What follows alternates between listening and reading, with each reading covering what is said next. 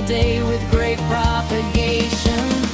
Calling CQ loud and clear. Our voices echo far and near. Women on the airwaves breaking through. Strong signals coming straight to you. Morse code key and a da-da-da tune. DX calls coming under the moon. Oh, na na na na na na na na na na.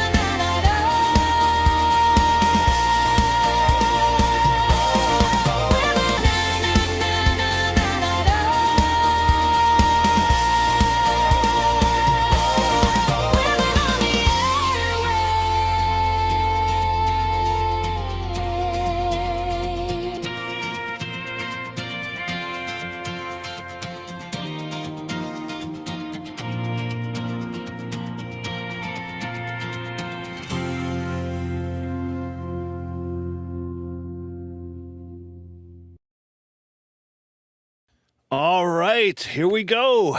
Tonight on Live Free and Ham, guys, we're celebrating women who are making a serious noise in amateur radio. So whether they're POTA, SOTA Summit, love the bell, thank you, sir, CW, or they're into content creation or all the above, we got an incredible group of operators joining us tonight. So grab a drink if you haven't already, jump in that chat, hang out with us, because tonight the ladies are running the frequency, my friends. We're just sitting back. We're going to watch, see how this one takes off. I'm sure it'll be way better than what we ever could put together. All good there. So let's get started. All right. Well, as you know, this is Live Free and Ham. Thank you for all the folks that are hanging out with us tonight. It's been pretty cool to see the response because you guys all know that, you know, ladies in ham radio, they are the thing. They are the ones all of us guys go, you know, trying to make contacts with. They you know, push the bar. They do some amazing stuff. So with that, we're going to talk around many things in the ham radio hobby there, but we're also going to talk around International Women's Day because this is a celebration of women and women in ham radio. So we thought this is going to be an awesome opportunity tonight to just hang out with some amazing women here. We've had many of you guys on the shows. Some of you are guest hosts on other shows. And, you know, you're all into some amazing stuff. And you, I don't know, for me personally, you run circles around me a lot. And I like, I just, you know, can't keep up. And it's awesome to see, you know, definitely inspiring. So with that, you know, I'm Eric, N1J you are. And, you know, we're just going to kind of go a quick roll call. But before we do that, Grouch, hey, who's in the chat there this morning? My gosh, I'm still on Brew and Activate time here. You know, who's in the chat this evening, my friend?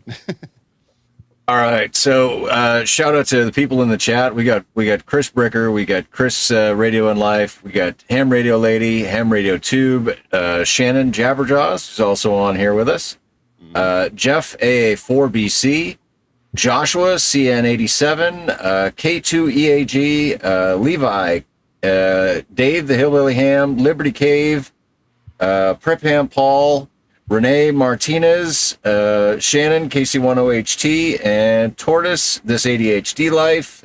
Man, there's people popping in left and right. Kevin K0KLB. Sweet. Yeah. Awesome. Cool. Very chat good. Is hopping. Good. I'd love to hear it. I'm glad you guys all are here to celebrate and just hang out and feel free to say hello in the chat as well as we kind of get going here. So let's, kind of go down the roster here, just do a little brief introduction. There are a few on the way. It's Friday. Everyone's kind of just, getting ready to dive into the weekend. So we're hopefully going to see a few more that you may or may not expect to see here. So just sit tight. We're going to make sure we've got plenty of room for all of them to come hang out and whatnot. So, stay tuned, stick around because more are coming. So with that, Grouch, how is your, what's been up with you, man? How are things? I know you've been traveling. Yeah, well, so I reached my final destination for the time being on Wednesday, which gave me Monday, Tuesday, and Wednesday to do some 5-2 calling on my drive. I'll tell you that, the bands are quiet until you start making some noise. And several times, I would be losing the ability to hear somebody, but because there's noise, other people started jumping in. And so as I'm going, it's like I'm just picking up bits and pieces of other people joining in the conversation. So it just goes to show, make some noise, get out there, and other people are listening. They're just, mic shy or something. Yeah. There's always more listeners than there are talkers, sadly, for a hobby that's very communication focused, but it's all good. Awesome, dude. Yeah, the 5-2 challenge Mike has put out.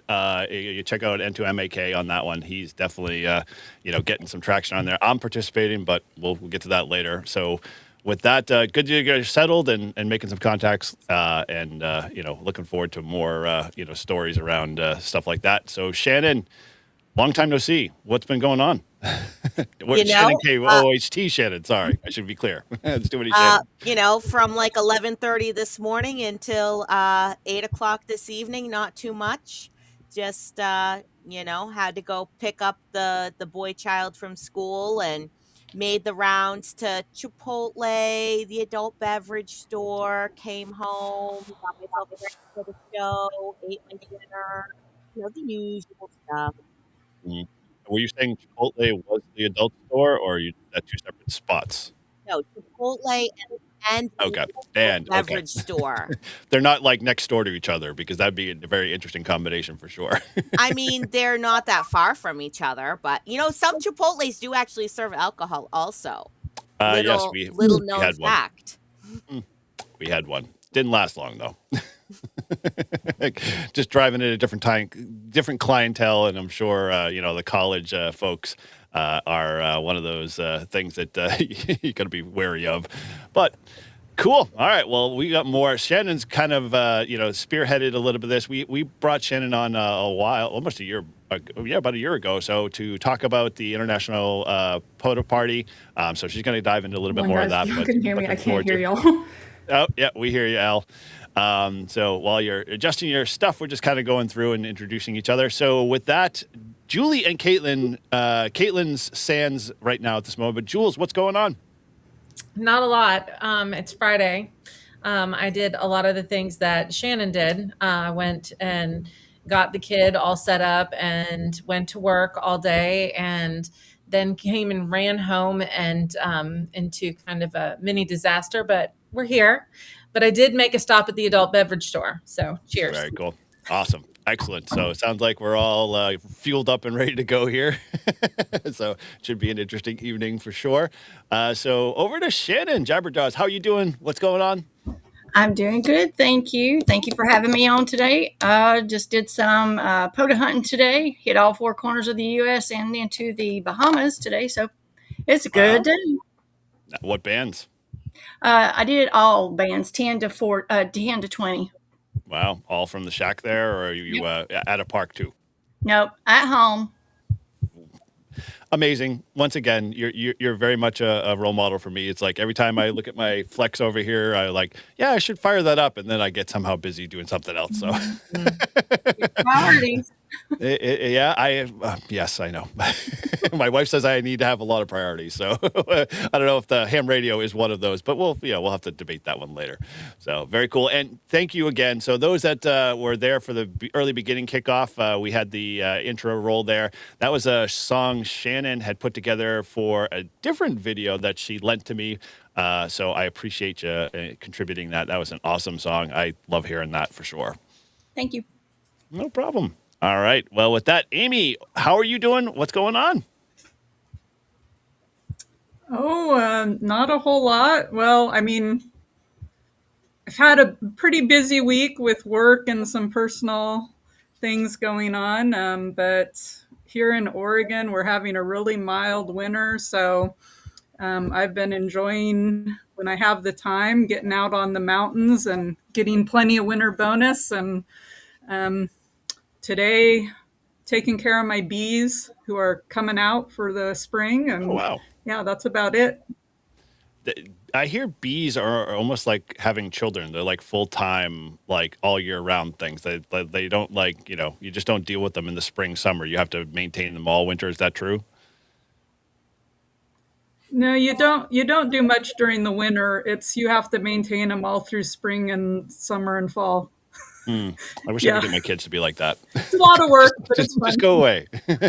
Come back in the spring. Very cool. So yeah, honey, my brother's a mapler over here because that's what you do when you're in New Hampshire. But yeah, bees were on his second list. So yeah, he hasn't achieved that yet, but always curious to see how people make out with that. So very cool. All right, Paula, how are you doing? What's going on? Hey, I am doing outstanding. I thank you for letting me join this very distinguished group this evening. I kind of live in the world of QRO and QRP. So today was a big QRO day. A lot of my time in ham radio before I became involved with Summits on the Air was chasing DX. And when you chase DX from the upper Midwest of the US, an area that some of us refer to as the black hole when it comes to RF, you have some really unique challenges. And the latest challenge that many of you may be aware of is there is a DXpedition operating from a hellacious island in the South Atlantic Antarctic region called Bouvet Island. There have been a couple of attempts to get an expedition to Bouvet Island in the last couple of years. One was aborted before they could get on the island. The other one was cut short and they had to get off the island rather quickly. This one seems to be going pretty well so far. I think they've paid attention to issues going on. But as I mentioned, from the Midwest, it's a challenge to work DX. So you need some power in addition to some really good antennas. So I squandered pretty much of this day trying to work these folks on some band countries, as we call them, that I hadn't worked them on before. But then the other part of my life, which at some point I'll get to when it warms up a little bit, is the QRP world or close to QRP, and get out on and activate some summits. Very cool. Now, when you say you're running QRO, are we talking like 500 watts, a full legal limit? We're talking full legal limit. Wow. Very nice. Very nice. Yeah. I don't know if anybody on here is or listening is a DXer, but if you're not, just to get an idea of what both the callers and the DXpedition are dealing with in terms of numbers of people that want to work them, see if you can tune into one of the pileups. Yeah, it's insane. It's absolutely insane. I don't think I would have worked. I worked them today on 15 meter CW, but I don't think I would have gotten through today if they hadn't eventually decided to call for North America only. There was just no way to break through it was mostly Europeans getting through before then, and no way to break through that curtain at all. I haven't. That part of my bucket list items are definitely something to do as I kind of, expand, being obviously my controls. HOA won't allow me to run legal limit, but I think, more antennas, that type of stuff would be interesting to find. But I find a lot of people I've talked to that are searching for Bouvet or trying to get Bouvet are basically residing themselves to FT8. And so I applaud you, CW, and trying to do voice. That's patience and timing for sure. It really is. And I've got some FDA contacts with them as well. But it's it's a fun challenge, and it seems to be a very well run expedition as well. So they're making a lot of people happy. I mean, everybody, there's always a few people that are unhappy, and usually those are the ones that aren't in the log either. So I think there's a Very much so. connection between those two things. Yeah, very cool. All right, well, dude, that's awesome to hear that. There's definitely folks focusing on DX stuff. It's a challenge in and of its own. It's amazing. I kind of went down that road and then I stopped and I saw a squirrel POTA and I haven't looked back. But I'm just like to be I'm sure down that rabbit hole soon, if not later for sure. So yeah, prep ham. My HOA doesn't like ham radio. They're anti ham radio altogether. I'll tell you some stories later, but Mm. never good. They are never, pro ham radio whatsoever. They look at my antennas on my truck and go, who are you talking to and what alien? So, all good. All right. Well, Elle is currently working on some logistical, technical issues, so we'll let her kind of get back into the fray in a bit. And I know Caitlin is either stuck in traffic or battling, a failed POTA activation, but she'll be here a little later. So sit tight on that. So if you're here waiting for those ladies to show up, they'll definitely be on the way. So we'll be here for a pretty good duration. So I guess to kind of start things out here, I would say, do you want to kind of frame, and I'll leave this to Shannon first. Do you want to frame out just, what International Women's Day is and kind of the whole POTA Party, and then we can kind of vamp from there and figure out where the road takes us? Yeah, sure. So, for anyone that doesn't know, International Women's Day POTA Party is an event that I came up with 3 years ago now. So, this is going to be the third year having it. And it basically stemmed from the fact that I started doing POTA, I was having tons of fun, and there was a woman or a couple women in my area that, wanted to do POTA and wanted to get together and meet me. And I said, and this was, kind of like towards the fall or winter. And I was like, okay, well, once the weather gets warmer, let's make plans. Let's do a POTA together. And then I was like, you know what? Why have it just be like me and this one other woman? Why don't we extend the invitation to all women everywhere? So I ended up posting about it on the Ham Radio Got it Woman now. Facebook page. I looked at the dates and I was like, okay, like Or maybe what would not. be a good date for us to do, a big event with lots of women doing POTA? And I picked International Women's Day, which is March 8th, which is sort of like not the best date for weather, especially if you live in the Northeast in New England. It Yeah. can be, very cold or wet. But I thought that that would be like a really good date. And actually, it seems like International Women's Day is becoming way more popular because, I just found out Steam is having a Women's Day sale on video games. And International Women's Day is actually marked on the calendar that I bought for Miles to hang up on the wall. And I found out March is Women's History Month. So it seems like this is something that's going to be growing. So I think that the event is going to grow with it.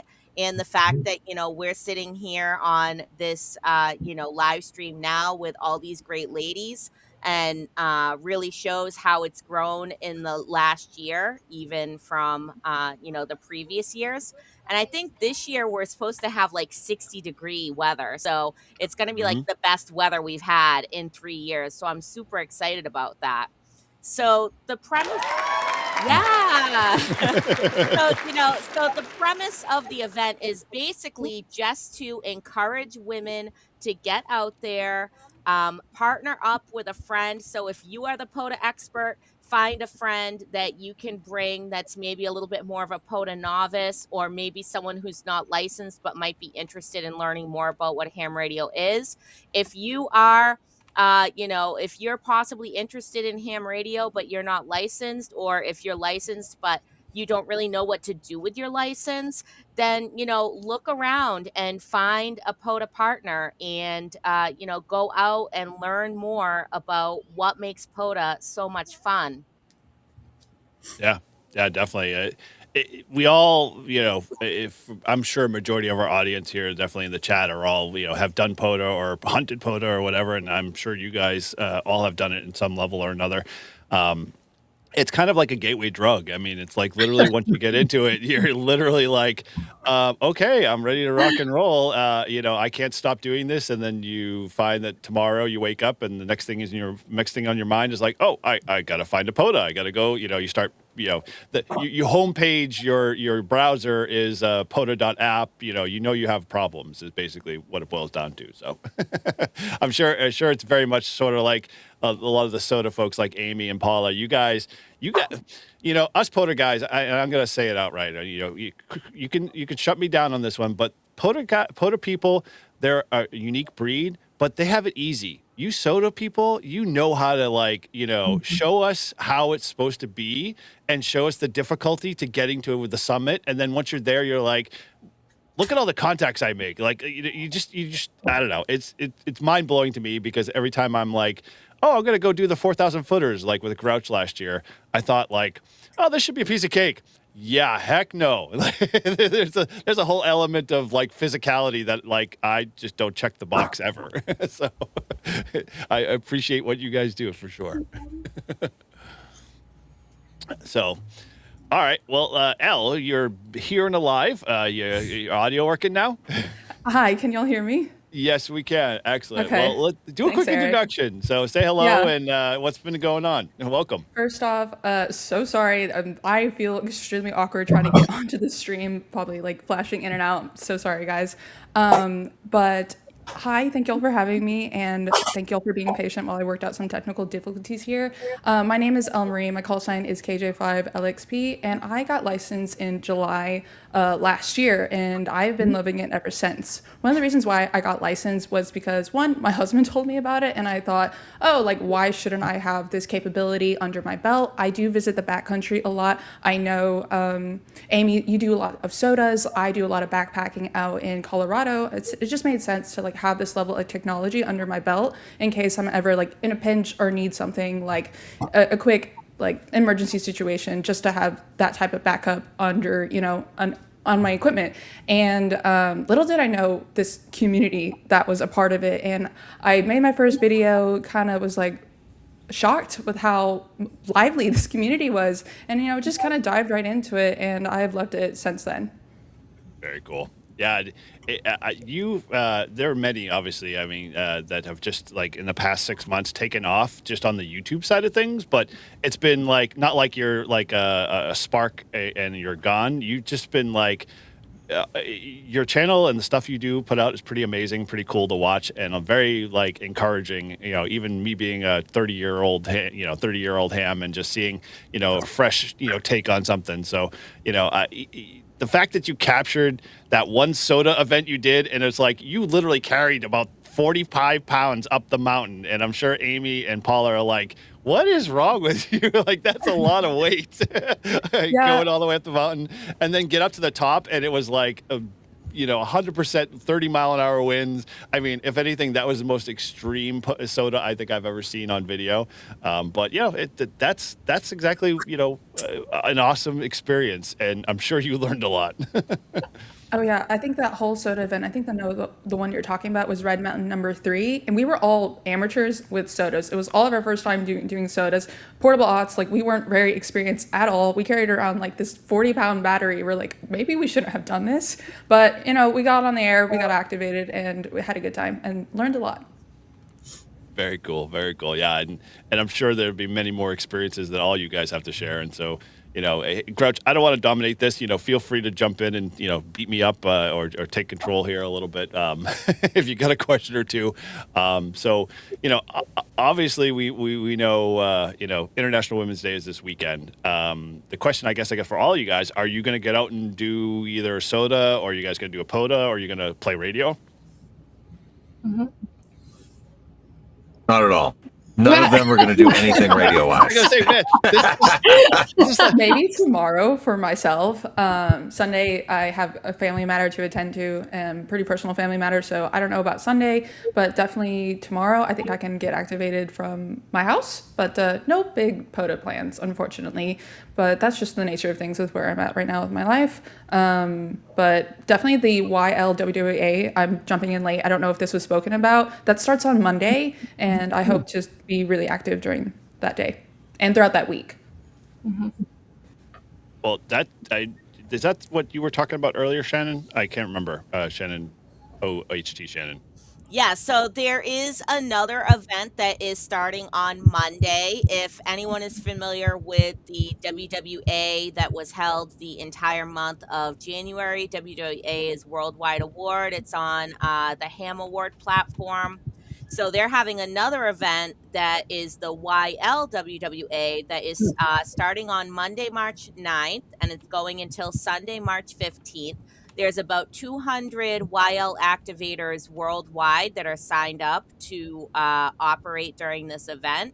So definitely be looking for them to be live and on the air on all bands, except for 60 meters. That's the only band that will not be used for the YLWWA, and all modes as well. So digital modes, voice mode, CW.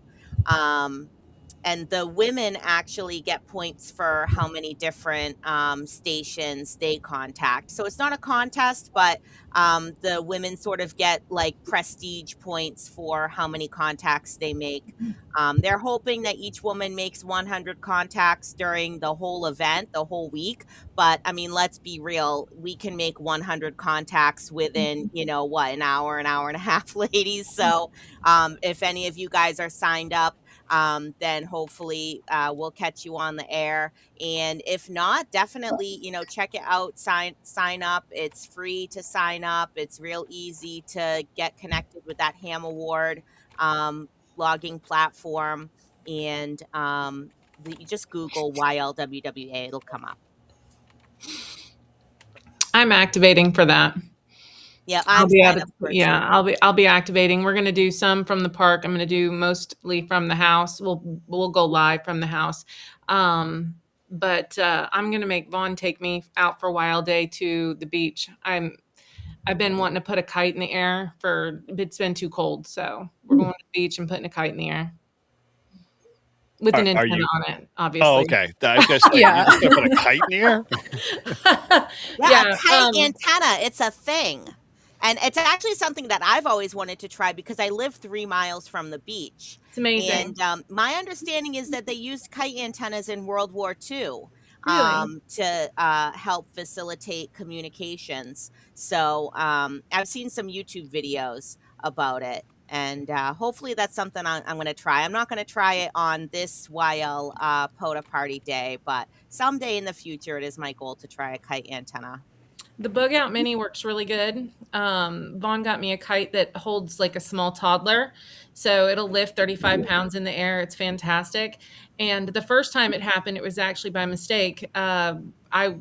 We were out there, we had the mast and it was too windy. And I said, well, I'm gonna put my kite up. And we basically both had the same idea at the same time. I put the kite up, it shot up 200 feet in the air like nothing. And we both kind of looked over at it. And he walked over and he flicked it and he was like, I think a little antenna. And I was like, I think you're right. And we had such a good time. It works great. Is it pink? Yeah.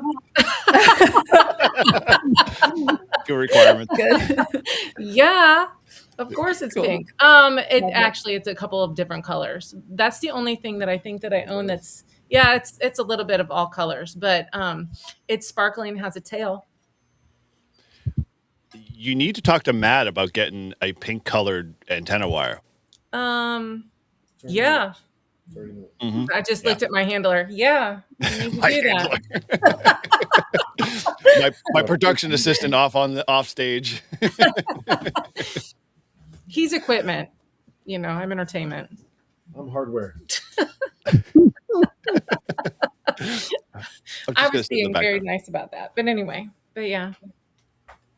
I know that Elle is participating in the International YL. You're activating, right, Elle? Yes, I put my call sign on the website, so it should be on there when you look at it. Yeah, no, that Or I the saw site. yours, but I didn't know if any of the other ladies were.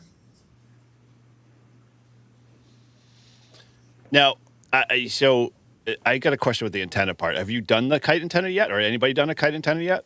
Yeah. Okay, and so I've been told about it, so I just need to get going with it. I need to buy a kite first. So, Julie, if you know what kite that you use that DX holds that small Engineering, right? Tyler, That's okay. when we bought the one from DX Engineering. It's Okay. I'll they send you a sell a link. special Soda antenna beams, kite. I think. Cool. But the first time we put one up, it was like Dollar Tree special, the one you throw away when you're done with it. It worked great too. Huh. Perfect. Got one next door. I mean, yeah, it just goes to show that like you don't have to spend a lot of money in ham radio to be able to make something that works, Mhm. right? If Right. it works, then it wasn't stupid. And if it doesn't work, then you learned that not to use that again. So, Yeah, good. exactly. It's a hobby of learning. And that's, that's what I think, maybe would help to build some confidence for, not just women, but people in general. Like, don't be afraid to fail in this hobby because you actually learn more from a failure than you do from a success. And that's what this hobby is kind of all about. Do you guys kind of feel the same way? I do. Absolutely. Absolutely. The opening comments it quoted me on a comment I like to share with my fellow hams, especially quite often, which is remember, it's amateur radio. Yeah. It's not commercial radio, it's not professional radio. So, Lord knows I have honored that concept more times than I can count with the stupid mistakes that I've made over the years. But, Shannon, you and others that mentioned this, you're absolutely right. This is how we all learn, and sometimes how we best learn is by making a mistake. And there are some mistakes that can literally be fatal in ham radio, but mercifully, in today's world, with the way the gear is made, those opportunities are greatly limited. You want to be careful if you're going to poke around in an amplifier. But short of that, there's probably not a whole lot you can mess up that's going to be really, really horrible, and or that can't be fixed, and you'll learn. Mm-hmm. Yeah, good advice. Good I advice. have a story that might be of interest that's I've told locally that was like a failure that turned to be quite a day. I went to hike a summit that was on my list for quite a while. Rough, rocky, Northern California mountain. I got all the way up there. I forgot my antenna. And I had driven down to California to do this mountain plus 3 others. I was familiar with the other ones, but this one had been on my list for a while and I forgot my antenna. So it's pretty much my day's shot because too rural for 2 meters. Turned out there was a rusty piece of wire rolled up from an old telegraph line that went up to a nearby lookout. And so I rolled out that wire and managed to jury rig it to my KX2. And I ended up reaching Japan. I mean, this is 10 watts, Japan, New Zealand. And one of the Japan stations was able to reach me. I ended up rolling that wire up and carrying it down the mountain and taking it to 4 more mountains that day. So, yeah, at first I felt that it was a total failure of the day, that I was heading home, everything was called off, and it ended up being quite an experience and a lesson that a KX2 can tune anything. Amy, do you do CW or When in doubt, ST? try it out. Wow, I am not worthy. That is amazing. That is amazing. Yeah, the KX2, the joke, the KX2 and the KX3, those internal antenna tuners are so good. They'll tune up anything or nothing. More than once I've been like, I'm not hearing anybody. And it's like, oh, connect the coax. It's good to know that I'm not the only one. They'll tune. They'll behave like, the tuner will behave like you just, you just did something correctly, and then you'll realize, no, wait, it just tuned air. How did that happen? Getting a local contact. I don't understand why I'm only getting people locally that are a mile away. Wow, that's awesome, dude. Yeah, Amy. Holy moly! Once again, I'm blown away. I'm shameful. I'm just going to hand you my ham radio license at this point because I pack it up if I don't if I don't have an antenna on my truck, and it's like, oh, I'm going to walk away from the POTA. I'm shameful. I'm going to go hide. So curious, obviously, who all you guys have a unique, different story. So, like, who? I'll throw the question out there for anybody who wants to pick it up. Who first pulled you into ham radio? I'm always curious about that. Does anybody want to go? I'll go first. I guess we can go around. Yeah, Okay. go. Please, you guys run the show. I'm just gonna, keep the flow going. So, I've kind of talked about before how I got started a little bit in ham radio. Growing up, my dad owned a taxi company, and he used to bring my sister and I to the dispatch office to babysit us while my mom went to bingo.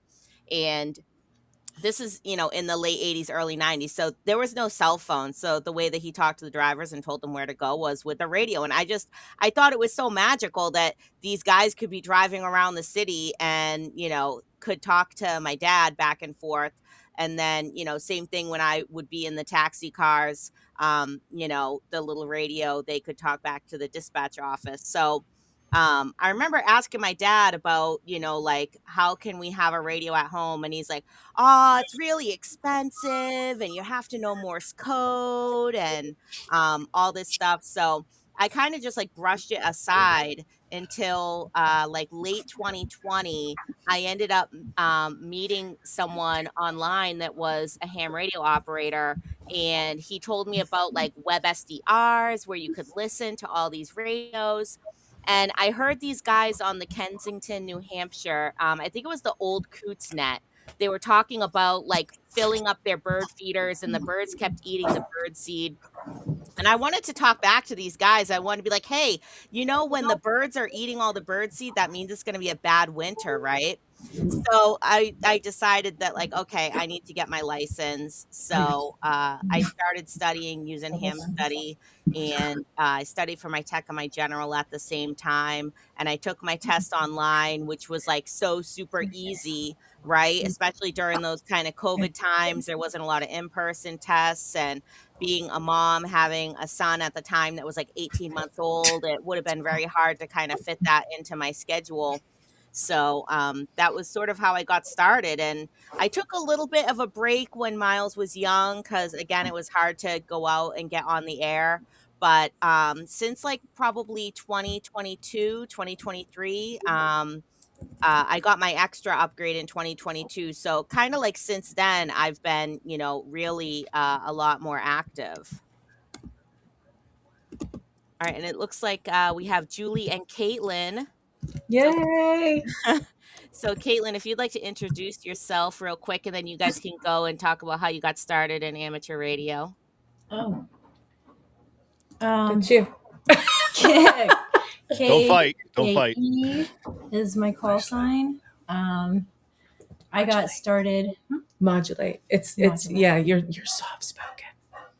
Oh, you need to talk louder? Louder. Oh, I thought you were telling me to shh. No. Use your outdoor voice. No, we call it a I have DX an outdoor voice. He's a natural CW. Yeah. Come on. Okay. So my call sign's K8FAE. It's Kate Faye. It's my vanity. I got into ham radio initially because of a bet, but because A bet? Mike I bet got to me know about this bet, Caitlin. Yeah, I know all about this bet actually because I was the VE that tested Caitlin for her life. That's actually incredible. Yeah, what you named my my first exam. Yep. Kate MRD is about to lose a bet. Yep, and he Love did. So he bet Caitlin that like she couldn't get her ham radio license in a week, and I think she was like extra within like what 2-3 weeks. It was 8 days. Yeah. That's actually incredible. Great job, That Caitlin. is incredible. Well, I realized after I started that I was like, this is actually really cool. So I wanted to keep going. Yeah. Best So, better last. You right, Mike. You right. So, what are we doing? Are we still going around the horn? Yep. Okay. So KJ4ULZ, I was your typical radio wife actually for 15 years. I made fun of him. I moved all the junk out of the house and into the ham shack. And when he was chasing satellites, told the neighbors he was looking for the dog and aliens, you know? So I did all of those things. And he started to do parks. And he looked at me one day and he's like, I'm going to go out to the battlefield, out to Dade, and we're going to activate the park. And the first thing I thought was tannerite and gunpowder. And are you blowing something up? And do I need bail money? And he's like, no, we're going to play radio. And, they've got a museum and stuff. And I was like, well, I want to go. So we went, we did that. I started to tag along to different activations because he would go to cool places and then take me out to dinner to a nice restaurant afterwards. So I was like, I'll go. That's awesome. And little by little, he was like, hey, can you grab that wire? Hey, that thing that blinks over there, will you unplug that from that? And slowly and surely, my only experience with radio really up to that point was 2 meter. I knew all the 2 meter guys. So it was nothing for me to yell over top of him in the car and be like, hey, what is Peg cooking for dinner tonight? Or, Ken or whatever. I didn't know POTA was different. I still don't. So, and that's how I activate. And I actually met Renee, W1INE. I tell her every time, I said, Renee, I'm all your fault. Because I met her at a tailgate and I was considering getting licensed, but I was still really like, I don't know if I even will understand any of that. Electricity and electronics is not my gig. And she convinced me that I most certainly should absolutely try and would not. She was relentless. Those of you who've met W1INE, Renee, will know she is relentless. So I went and I started to study for my license. I didn't tell Vaughn. And we went to a tailgate and I just looked at him and I said, I think I'll try to test for that. And he was like, you're going to go take your test? I said, I just want to see what it looks like. I knew I was pass it, but I was scoring 100 on the practice exams. And I went in there and 3 of the cutest little old men in there were so excited that I had passed my test. I took it on paper and pen, my tech test. I took it with paper, Scantron. That's what it was. Scantron. Wow. And so they came out and I passed it and they were so excited. And we started doing parks together and this is an accident. We were just going out to the park, having a good time. I mean, that's what it's all about to me. That's all I really want to do is go out to the park and have a good time. For me, the pileup is so challenging. Like some people like crossword puzzles and like Sudoku. I want to be able to pull out as many call signs as I can from a pileup. That is what turns my brain off. It's wonderful. Excellent. That type of mode where it's like you're in the zone and you're just you're focused and everything else is like black and you're just like in it. And any excuse to travel is a good excuse to travel. Then Julie discovered you could drink and play ham radio. I knew that already, Mike. Thanks. Speaking of, where's my drink? I was working on that. Mike's so funny. He's so funny. All right, Shannon, K1LY, would you like to tell everyone a little bit how you got into ham radio?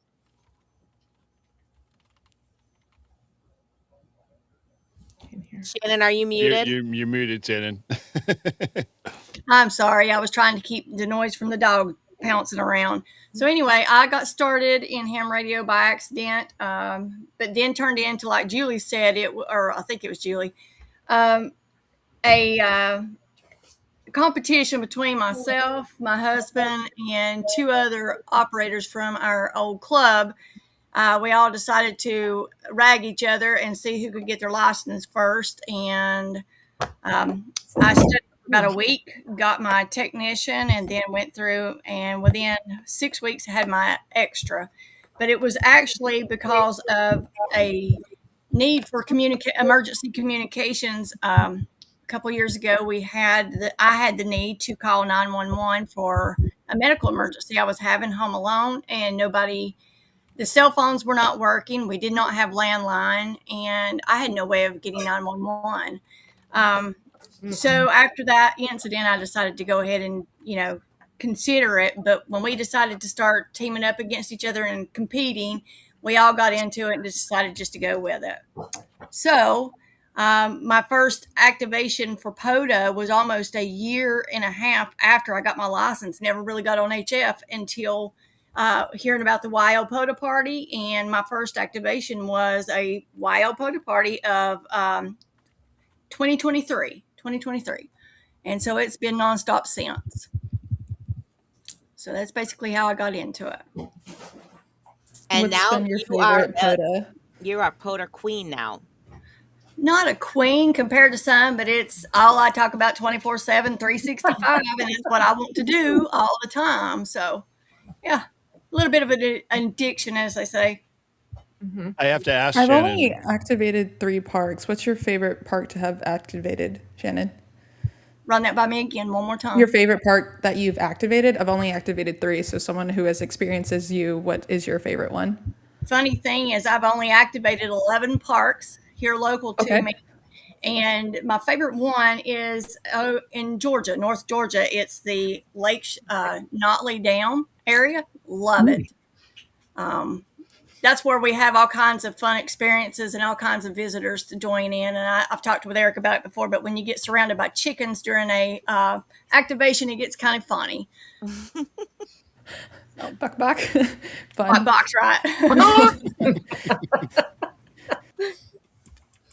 Eric, you were going to ask something?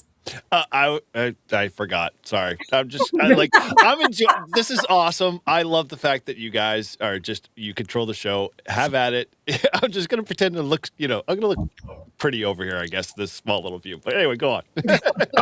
I'm starring all the questions. So once you guys get through with this round, I'll throw a question up for you. I just wanted to follow up with Elle. She asked about the park activations. And believe it or not, only since 2023, I've only had 183 activations. I don't know where everybody else stands, but I'm just assuming that's kind of low. That's like 180, 76 or something more than me. So that's pretty good.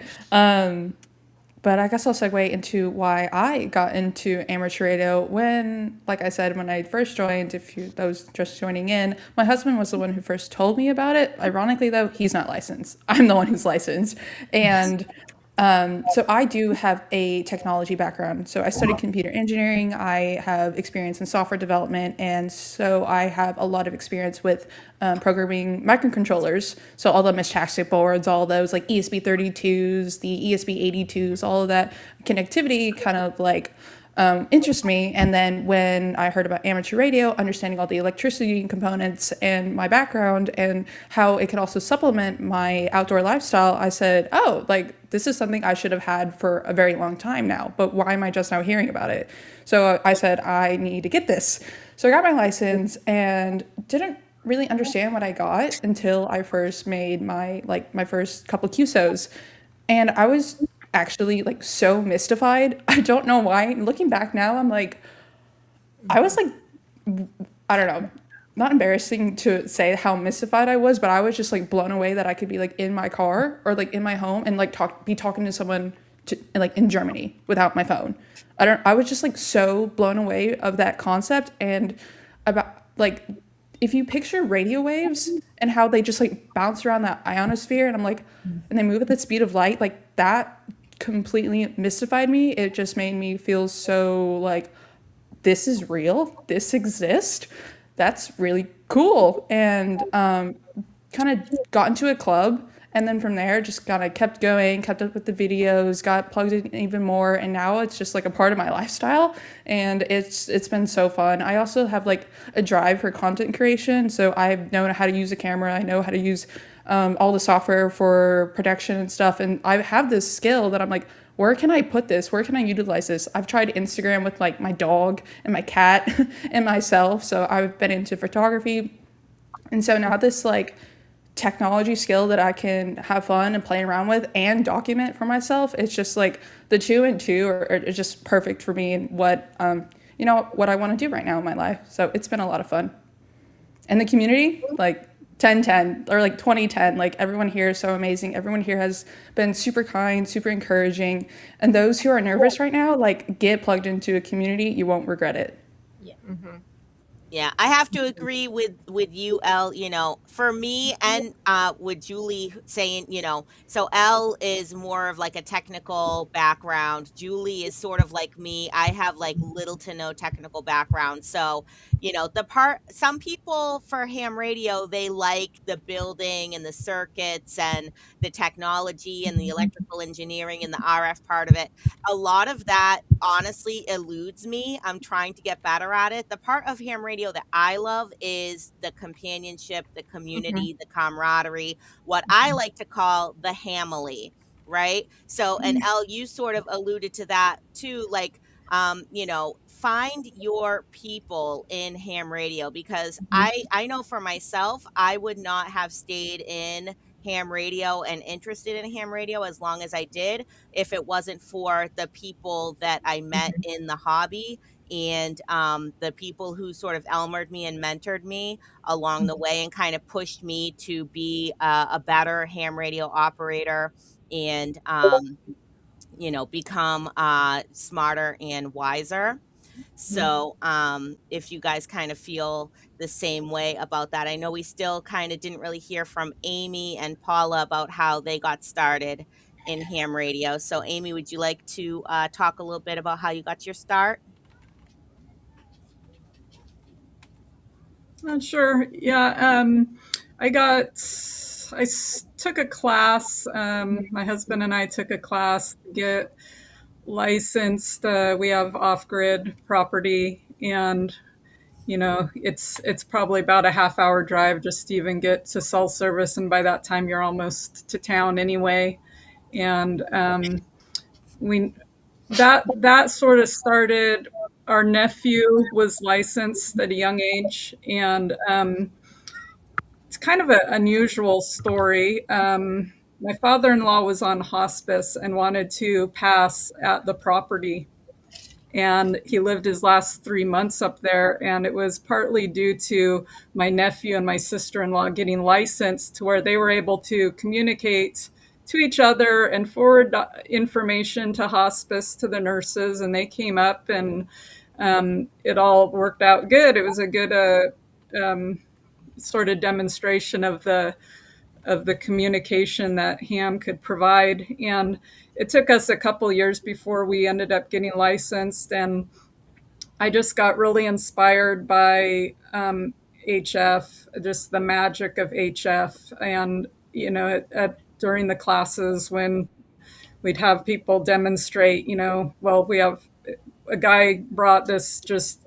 simple wire and talked about going up on this nearby mountain and reaching around the world. And it was just hard for me to even comprehend. I knew nothing of radio. And so I studied hard, and I should say I memorized hard, pass now, learn later strategy. And I was an instant extra. And so a lot of the locals really took me under their wing, and I got into some of the contesting and portable operations. Started with Worldwide Flora and Fauna and POTA. POTA was very new. It wasn't very popular here. This was 2017. And 2019, I finally gave SOTA a try. And that's where I found what I really love to do. It just incorporates a lot of my passions of being in the outdoors, and radio is just sort of the bonus of the trip. But Amy, I where guess are it you would start with located for your my sodas? nephew and my. What was that? Where are you located to do your sodas? Because I think I want to be you, and to a degree, but I live in Texas, so I can't have a lot of soda opportunities. But I'm right there with you with like hiking and climbing mountains. Yeah. I live in Southern Oregon, so I live where I'm at. It's a pretty great summit location because we have both the Cascades and the Klamath Mountains, Siskiyou Mountains, which is also a popular. Sometimes I do SOTA POTA both, which Cascade Siskiyou National Monument it's where basically the Siskiyou Mountains collide with the Cascades, and so we have a lot of mountains here, ranging from 2,000 to nearly 10,000, all within a short drive. That's awesome. Yeah, the White Mountains, New Hampshire is also another great spot for POTA and SOTA. I've never actually sodaed. One of my first activations was Mount Agamenticus in Maine, which is a soda and it's also a drive up. But had my station was attached to the car, which is not allowed for soda. So maybe someday I will soda that. Um, and also Mount Washington is a 10-point soda and it's a drive up, just so you know. So Crazy. Shannon, what was the name of that one you first said? Mount Agamenticus. That one. Mount Aggie. Oh, okay. That's Yeah, and you that said was that really fast, and I was like, "Woof!" Is it in Florida? Because it sounded Indian. well, there In are Maine. also Indians in Maine. So and that was like the first time I ever had a pileup too. I think Maine is one of those states that's like not very often activated. I hear a lot of people say they need Maine. So and maybe for maybe for POTA it's not activated that often. So I had a pretty big pileup that first time, so that was pretty exciting. That sort of like definitely got me hooked on POTA once I did that.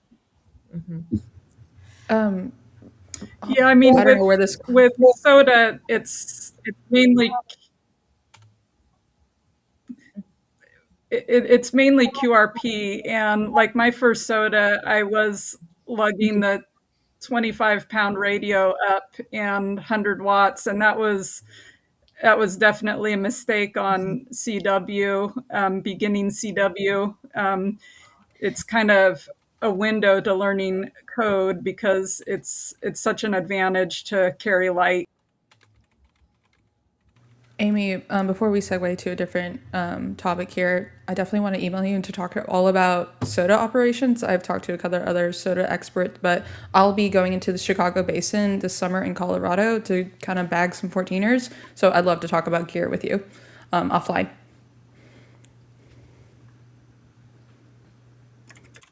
Sure, anytime I know that early on there was a comment of somebody that wanted to do soda, but they were kind of intimidated by the registration and logging. They're more than welcome to send me an email. I help people through that all the time. Yeah, the SOTA program actually, and I'm sure the same is true, certainly to some degree with POTA, but the SOTA program has a lot of online tools to help you prepare for an activation, to help you locate a summit even, to help you understand what's involved in activating that summit. And then after you're done, to be able to get your QSOs loaded into the database that they have as well.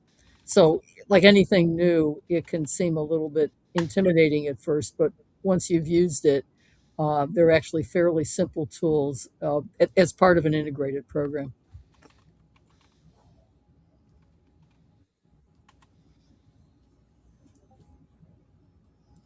Cool. And that put a damper on everything. No dampers whatsoever. Just, everybody's has to unmute and whatnot. So, just quick, Grouch, you want to jump to a couple questions before we kind of keep plugging away? Yeah. So Eileen wants to know how. Hear from Paula how she got started. Okay. in Ham Well, radio. Take control of this, girlfriend. You know, Jeez. I'm just a small little screen down here. You know, ignore me. I want everyone to be heard, and I don't want anyone to feel left out. So 100%. I'm with you. Go. No problem. I'm the only ham in my family, and I don't just mean my immediate family. I mean like as far extended as I can think of. So how did that happen to me? My dad was very handy with electronics. He served in as an electrician's mate in World War II, so he had an interest. When I was growing up, he had a like a Helicrafters SX98 or 99 that he would listen to in the evenings, and he would copy code. He would copy like ship to shore communications and things like that. So he had the code nailed down. And I think he wanted to get a license, and I have no idea why he never did, because he had what most people consider to be the most difficult part, learning Morse code at the time, nailed. And anyway, that kind of planted the seed. And if I'd been granted a wish when I was about 10, 11 years old, I would have gotten a license then. I remember going to the local drugstore and seeing on the magazine racks QST. This was back when QST was in its smaller physical format. And I would pick it off the shelf and I would look through it. And of course, I didn't understand hardly a thing in it, except the fact that it was written in English. But it fascinated me no end. So I think part of what got me interested in amateur radio was this exposure through my dad. But there was some inherent element in me that just found the whole topic exciting in the same way that, you know, your taste buds say you like chocolate, for example.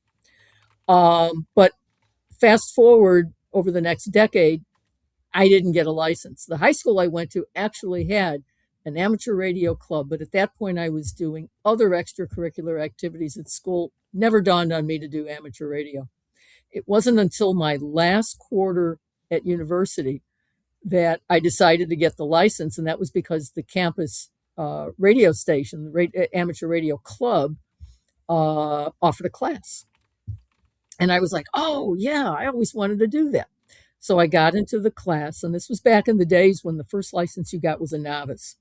And the testing then for the novice was very much akin to what the VE program is now, but they only had the VE program for novices. So I had a written test from the two guys running the class, and then, the code test. And then one of them came over to my house one day.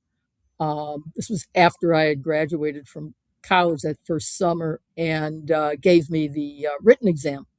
And I waited 3 months and I got my novice license. At that time, I think it was only good for a year, maybe 2 years, and you had to upgrade. So I kind of went through the normal upgrade process. And again, this involved going to the FCC office. For me, going to the FCC office in downtown Chicago. So I went down and got my general, got my advanced, eventually got my extra. But at that point, I was doing that through the VE program. So it was a little bit more civilized at that point, and a lot easier to get it. And I think early on with ham radio, to me, it was always HF was the attraction. And I got bit by the DX bug. I think I worked my first DX in the ARRL-CW contest in February after I got my license. And I was just like so excited. I think I worked like one of the PJs, like PJ2 or PJ5. And I thought it was the greatest thing in the world. So that got me into DXing. I didn't get involved with SOTA until the last 10, I think this is my 10th year in SOTA. I did my first activation in 2016. I did some chasing for a couple of years before then. How I found out about SOTA, I have no idea. I cannot remember. But it just seemed like the coolest thing to me because I love being outdoors. And here I could go outdoors with the radio. So that kind of started my SOTA journey. And as I mentioned earlier, I kind of have feet in both the QRO world, high power, and the QRP world, lower power, as a result. If I may here, Paula, a couple of things.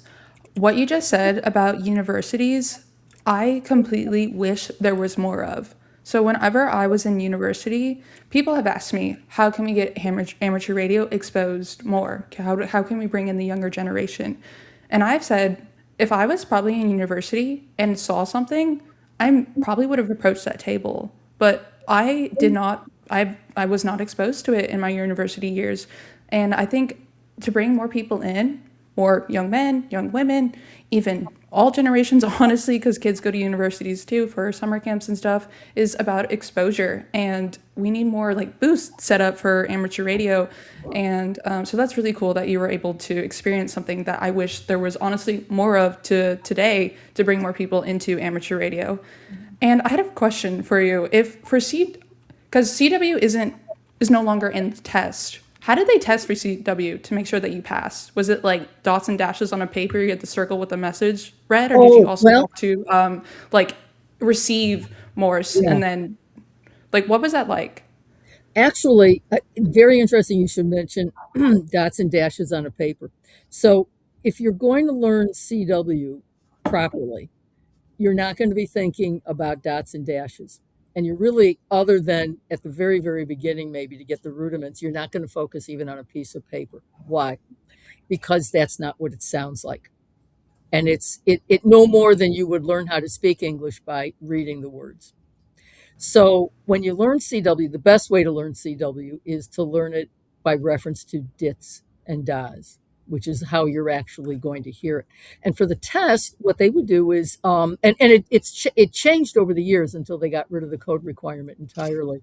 But I think it started out, they would maybe send a minute or 5 minutes of code, and you had to have 1 minute continuous of error-free copy.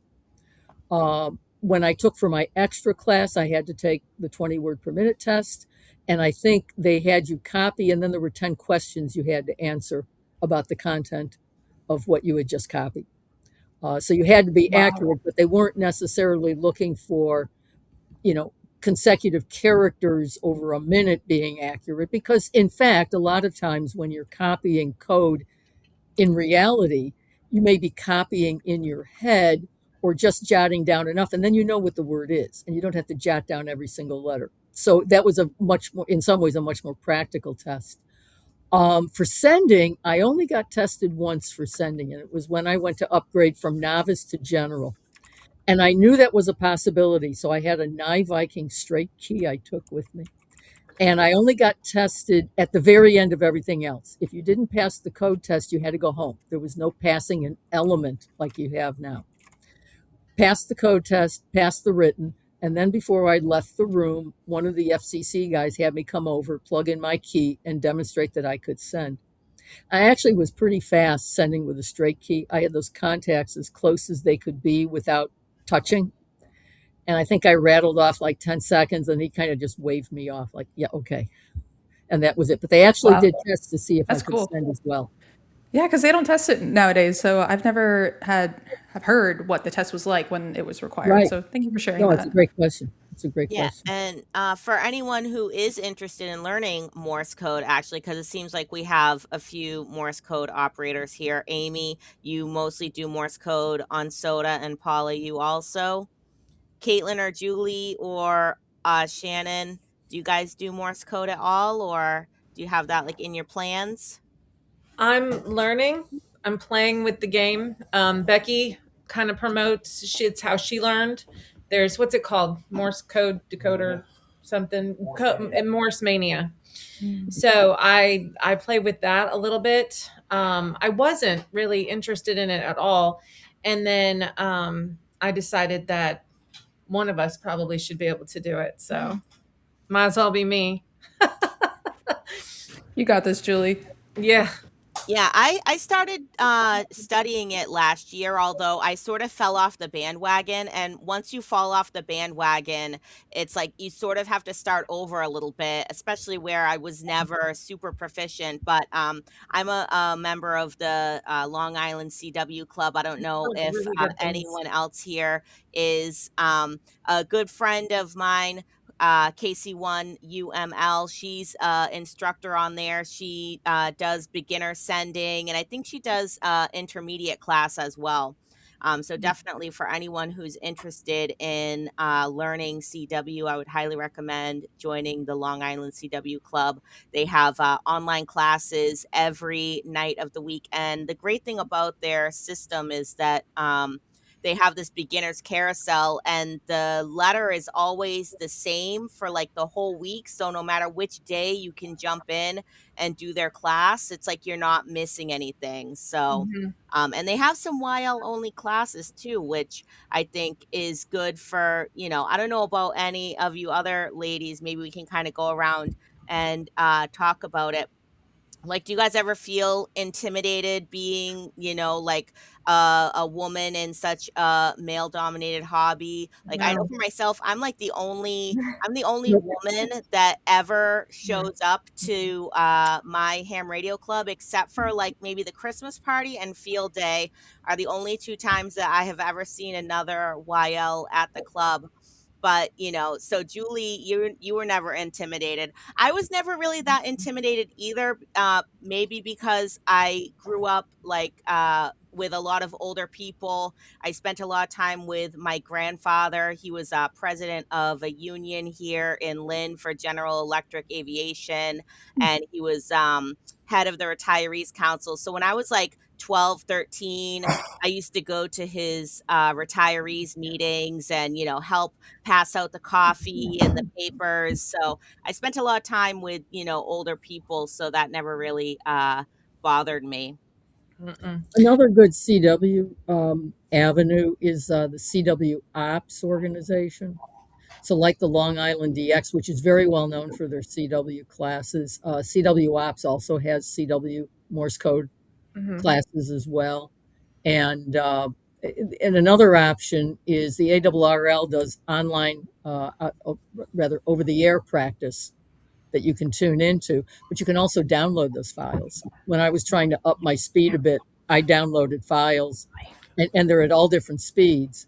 And you can download whatever works for you, and you can play it back, and you'll get a good mix of letters, characters, punctuation, and everything else. Yep, that's a good point that the ARRL has those code bulletins that they send out, and they have all different speeds, which is great.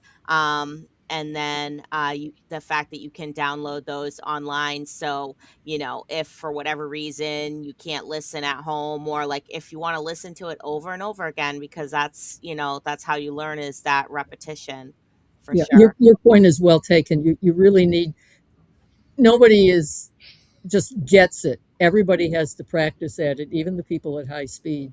And the more you do it, the better you get, the more accustomed you get to it.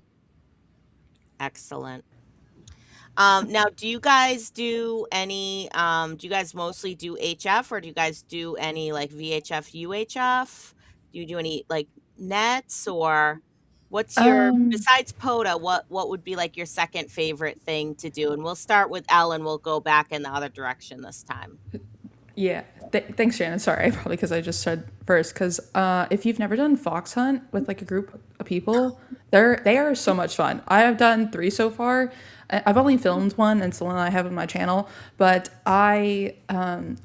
it's hard to film when you're doing a fox hunt, honestly. So I just go out there and just enjoy the fox hunt. It's so much fun. You get your little handheld, you get your attenuator, you get your Yagi or Yagi, however you want to say it, and you just kind of search for a signal. You drive around in a radius, and if you've never done it, find some people, gather some friends, and go fox hunt. And that's all UHF, VHF. Honestly, I think it's UHF, and it's really fun. But otherwise, I'm kind of been on general bands lately, or like general privileges, since I've received it. I want to get back more into UHF, VHF, because that's kind of where I started, and kind of where my roots are in my channel. So I want to come back to it. It's more, it needs more attention than honestly what it's has, because there's so much potential within that area. You can do a lot of content in that area of amateur radio. But my favorite probably activity with UHF VHF are fox hunts.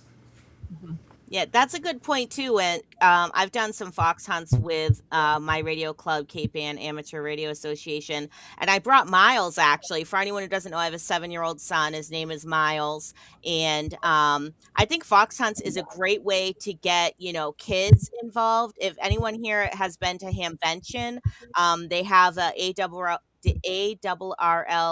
youth rally where I think it's kids, they have to be 9 in order to join because I think they kind of take them out on their own without their parents. But they do balloon launches, they do a fox hunt.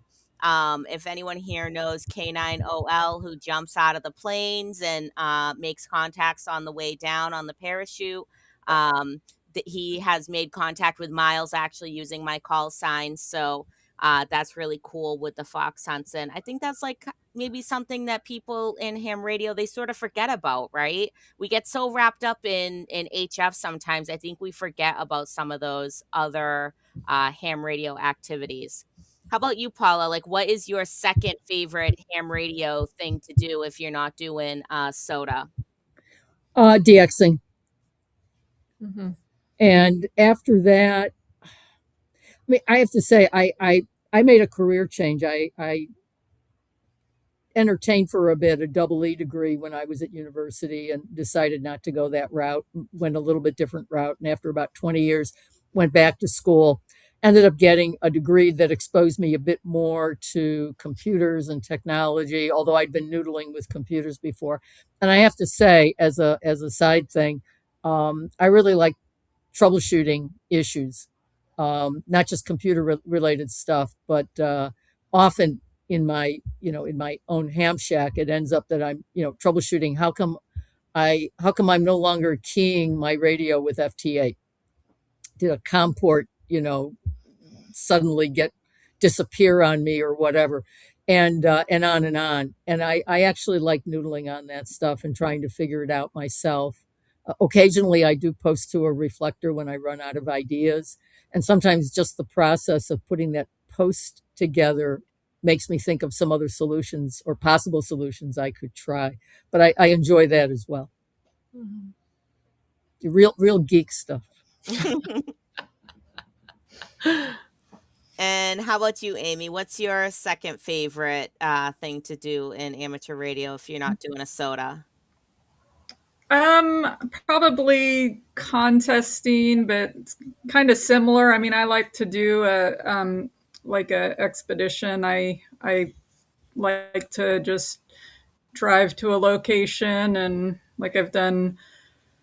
I live about 20 miles from the California border, and so the next county down is Siskiyou County, California, and so for a while, I was one of the only ones in the California QSO party that would be activating, and so that was fun. You just the fun of going to a location and being chased, and same with I've done that with the 7QP party. So probably just kind of the expedition contesting.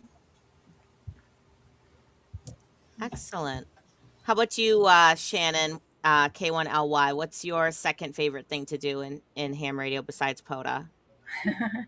Well, actually, I enjoy doing nets. That was one of the things that helped me be able to do POTA so well, is to be able to do the nets, pick out calls and stuff like that. But I like doing that and to be honest, stuff with Skywarn, weather, those kinds of things. Anybody on my Facebook friends page is going to see that all the time. So you see me doing a lot of PSA stuff as far as for Skywarn and stuff like that. All right. Yeah, I'm a net girl too.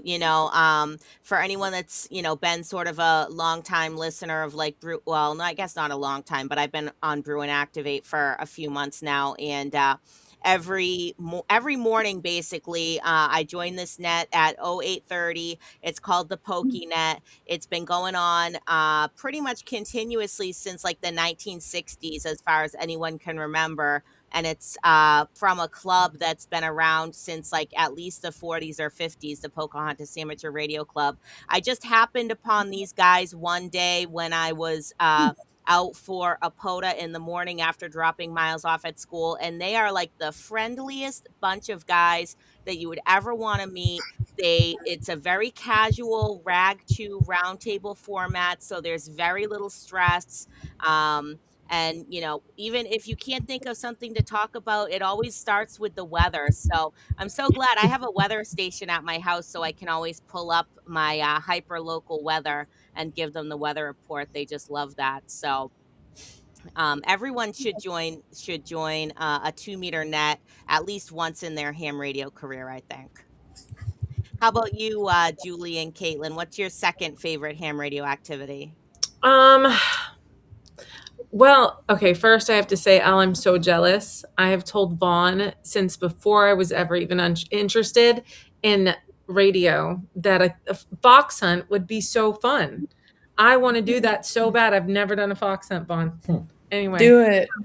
I really I don't know do. if you I have want clubs to. near I you. want to. The reason why I've been able to do so is because the club that I'm a part of puts it on. Our club, I don't think that they've done one since I got active in the club. So since before COVID, that's what he just told me.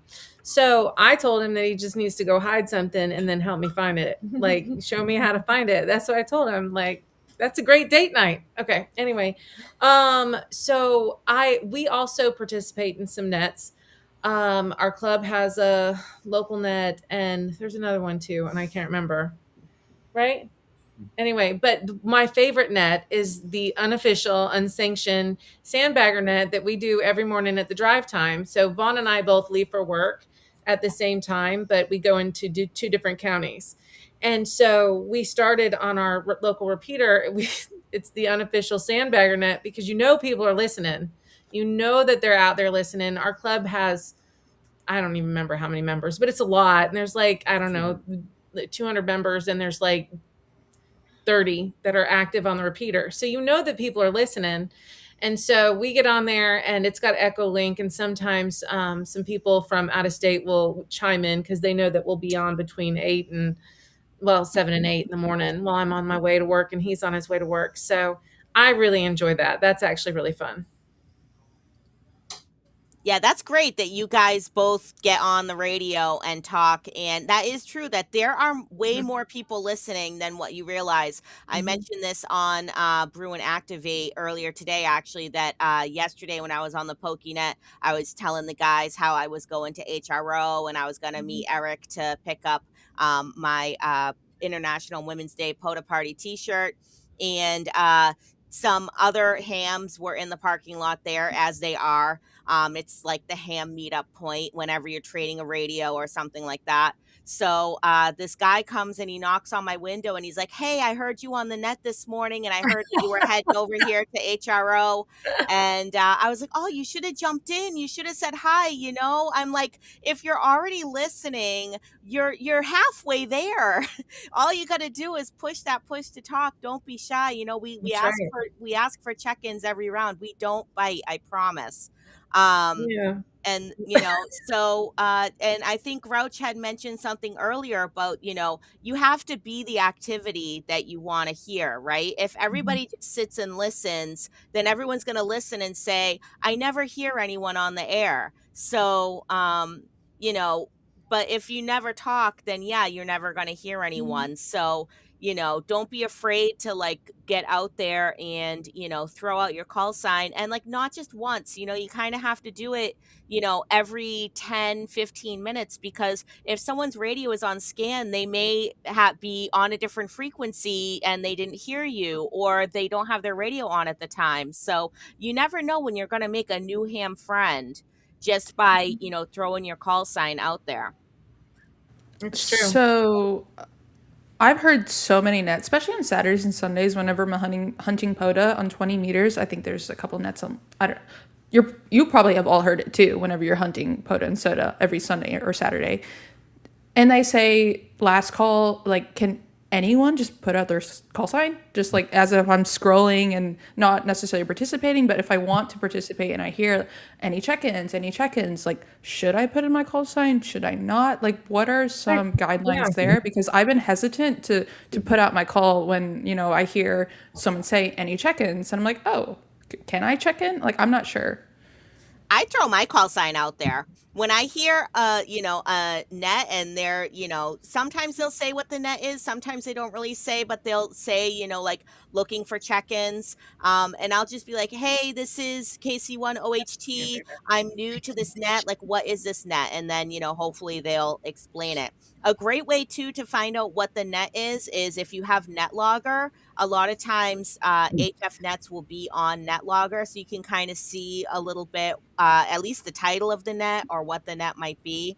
But I found a great net that way, just scrolling around 80 meters. Actually, I found this net in Maine. It's called the Maine Potato Net. And if you guys have never joined the Maine Potato Net, that's another amazing net that has been around since I think the 1960s.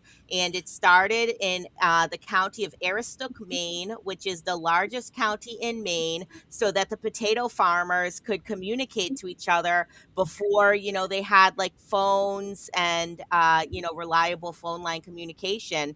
And there's this one guy who's net control, and like on Friday nights when people check in, he'll like tink his glass with like the wine in it. Oh my gosh, he's hilarious. So it's just if you're not having fun on the air, then what's the point? That's what I say. That part. Can I Well, say I check something the on that? net. Whoops. Go ahead, Shannon. I was going to kind of come back to you on that. One of the things that I learned with nets is that it's kind of like POTA to begin with, is always listen. Listen to what people are saying when they call into the nets. And then, if it's a specialty net that they do every week or, every day, some of them have formats that they'll want you to chime in and follow along that. But, when you're new to it, if you hear them asking for calls, go ahead and give it in. That's one of the things getting on the net and doing, once you get to doing that, if you enjoy it, try the net control station, that's the part that I like the most, is doing net control. So just a thought there. No, I've been asked for my club to participate in. I just didn't have the confidence yet. I feel like I definitely have more of it now, so I'll definitely look at being a net control operator. But there's a net that I check in every morning, and it's called my daily stand-up. No one scrum. Anyone in corporate here? 15-minute stand-ups. That's my daily net every morning. I'm laughing while my mic's on. Sorry. Okay. That's my daily net. I get it. I feel your pain. Yeah. It's great.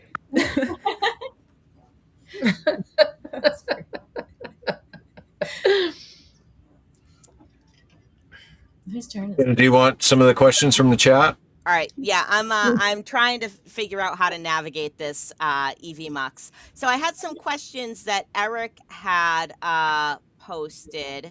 What are the ones from chat, Grouch? You want to throw them at me? Yeah, so Eileen was the first one, and she wanted to know how you learn to listen for the call signs with all the traffic. I assume she's talking about a pileup. So how have you honed your ears? You just pick it out. I don't know that it's just, I don't know that I didn't learn any of it. I think that you just, for me, it's a nice way to shut everything else out and zone in. Like I said, some people do yoga, some people do Sudoku, some people do crossword puzzles, and I want to listen to the nastiest pileup where I will pick out, like I've taken down 10 call signs before, and Vaughn's like, no, we're not doing a list of 10. So I we'll do 3 or 4 at a time. But for me, it is a challenge. I want to see if I can get a whole call sign and get like 6 of them, 6 whole call signs, like that's a killer job for me. I don't know that it was a skill that I learned. I think that you start to recognize, phonetics, and you kind of start to recognize call signs, not necessarily per person, but like how they're formed. And you and so that's a skill that you learn with practice. I think. Yeah, well, loud voices help. But I found that whether it's Morse code or voice communications, not every station sounds the same.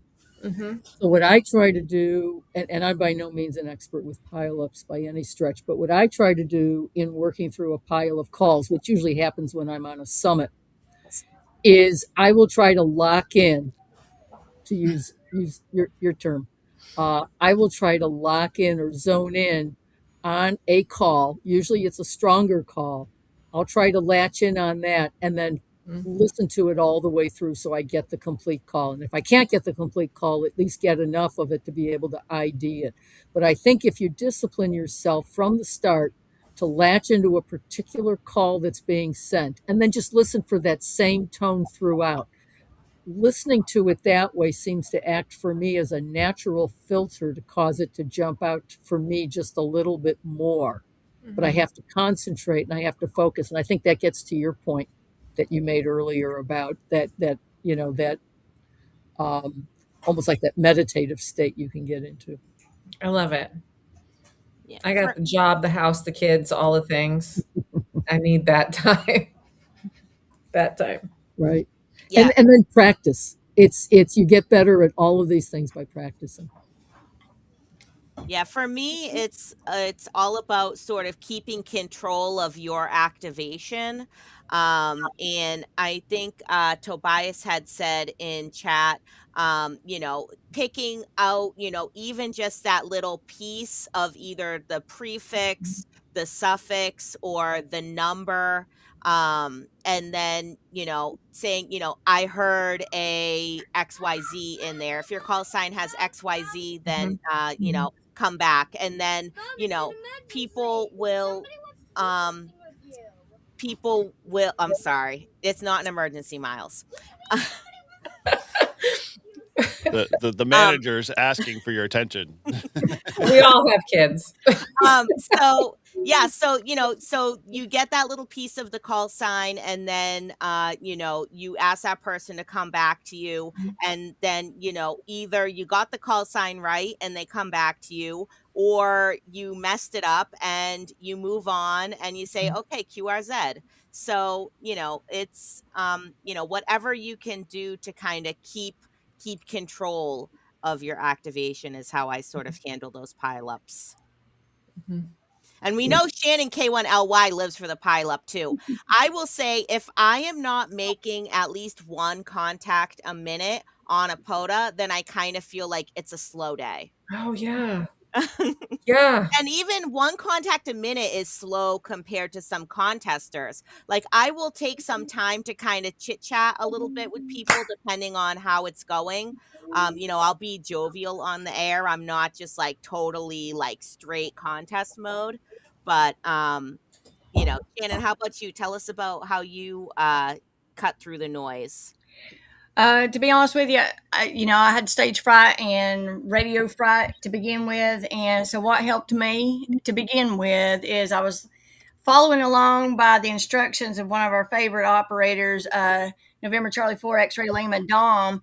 And I listened to how he was doing his pileups and started taking down. That's the reason why I paper log, is I can take down, like Julie said, 5 or 10 calls. I'll take 10 or 12 calls, call them back, have them on standby.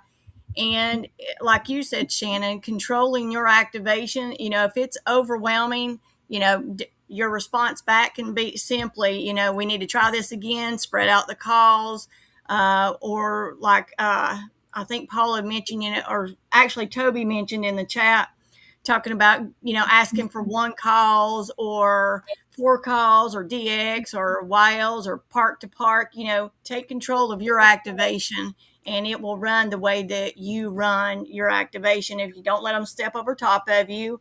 And they all will pretty much go, by what you ask. But that goes back again to being a POTA hunter or activator. One of the things you need to do is be able to listen for how the activations are going. And if they're not following you, they'll pick up on it eventually. Just don't let it frighten you to the point that you don't want to call CQ. Mm-hmm. And I think that we're forgetting too that most, and I want to say this, most of the ham radio, and I mean, when I say that, I mean like 99% of the ham radio community, they love to hear children or wiles on the air, and they want you to have a good experience. They are going to stop and I mean, I have been told, Missy, right, Grouch, what did they say? That Missy, don't tell me what to do on the that was really funny. Actually, I get a kick out of that. I think that's unique and kind of, it makes me laugh. But they really want to help you. So do not, if you just, and then if you watch my stuff, you'll see I'll go, well, fellas, I didn't get any of that. So let's try it again. CQ. And everybody will work with you on that. This isn't, this is a good time. This isn't passing or failing a test. Agreed. All right, excellent. Paul, you want to? Oh, you got another question there. So Renee asked, "What's everyone's favorite radio for POTA?" Amy, you want to? Is Renee's call sign wine? Yes. One INE. One INE. She is a connoisseur. Nobody's going to start with it depends, right? Please don't do that. No. I have a favorite radio. Who said that? Shannon, you want to tell us your favorite radio? Oh yeah, I don't mind a bit. It's Yesu 891. Yesu girl. That's right. Don't leave home without it. Yeah, my personal POTA rig right now is a Yaesu FT710. But I own a 891, I own a FTM 500, FTM 300, FTDX10. So pretty much all my radios are Yaesu except for my Baofeng, my Kenwood Handy Talkie, and I have a G90. The G90 was my first HF radio though, and I'll never give that up. I'm actually going to bring it with me when I go to England this summer, just because it's so much easier to travel with. I want another 891 so I can put it in the car. That's where mine is. Mine is, mounted in the car as a mobile radio with the ATAS 120. Yeah. See, Shannon, some people collect HTs. You and I, we collect 891s. Got to have them everywhere. That's right. Sean, you hear that, right? It's a great radio. Amy, we haven't heard from you too much. What is your go-to radio for SOTA? You said a KX2 earlier? Oh, yeah, for SOTA, either a KX2 or a Mountain Topper 3B. I mainly use the Mountain Topper 3B, which is a CW only radio, 20, 30, 40. But then once the bands opened up to where 10 and 15 were open, I wanted to be able to work those bands. Well, and SOTA a year ago had a 10-meter challenge to where, we tried to get as much 10 meter as possible. And so I used my KX2 quite a bit for that. For POTA, I used to use ICOM MK2G. It had a good power draw. I could get a lot out of it. But usually when I do any parks, it's just in combination with SOTA, so it's just the QRP. Yeah, I like the KX2 for general SOTA work. I mean, for the shack at home and for DXing and stuff, I have a K4. But I like the KX2. I'm kind of one of you mentioned your Yaesu person, and I actually, my first really good DX radio was a FT1000D, which I still have. I love it. But I do like the KX2. And then when I'm doing a trip where weight is more of a concern, like on a backpacking trip where I'm going to do some activations, and I've had a few of those in the last few years, the KH1 is a gift from heaven.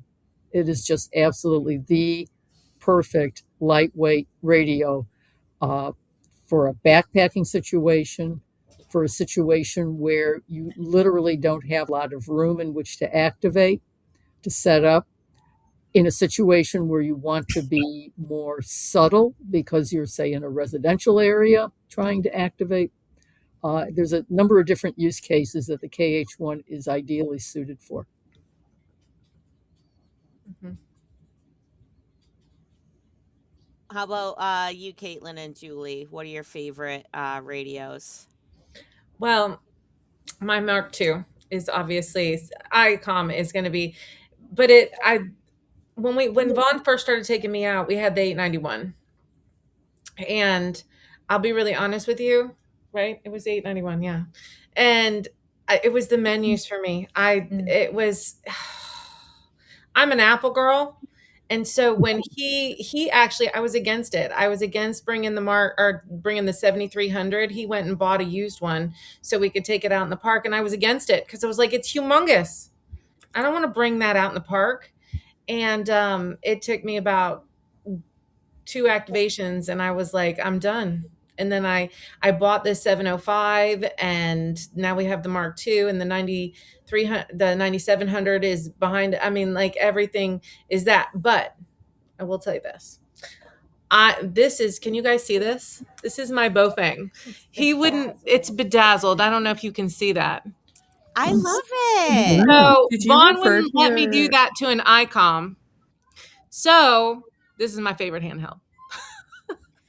And I love that you have the pink signal stick. I think when I got my signal stick, it didn't come in pink. And when I went to Hamvention, I meant to buy a pink one, and I never got around to it. So I might have to, go back. And I love the bedazzling. That's amazing. I'm actually currently Dave from Meshtastic. I got very intrigued by Meshtastic at Hamcation, and he printed me a pink clip, and that's a project that I'm working on right now. I'm bedazzling my pink clip. Yeah, I probably, I wouldn't bedazzle the Kenwood, but I would bedazzle. He won't let me do the Baofeng. ICOM Yeah. handheld either. So, unfortunately, Ray was the only one at Hamcation that actually said, because they said, "Oh, you're carrying around a Bofang," and I was like, "Well, Vaughn wouldn't let me bedazzle the ICOM handheld that I have," and they were like, "Oh, I get it." Ray was the only one who said, "Well, why not?"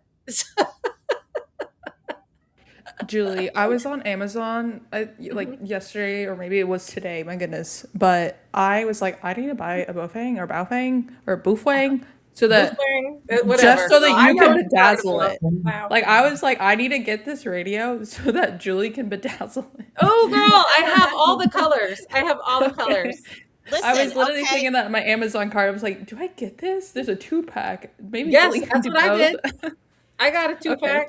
So that sort Okay. of brings up a good point, right? About so for example, the Heil Pro 7 headset that was in pink that they released about 10 years ago, I think for breast cancer awareness. I don't know if any of you ladies have one. I wasn't a ham back then, so I don't have one. I actually reached out to Heil to see if they would re-release that or if they could get me one.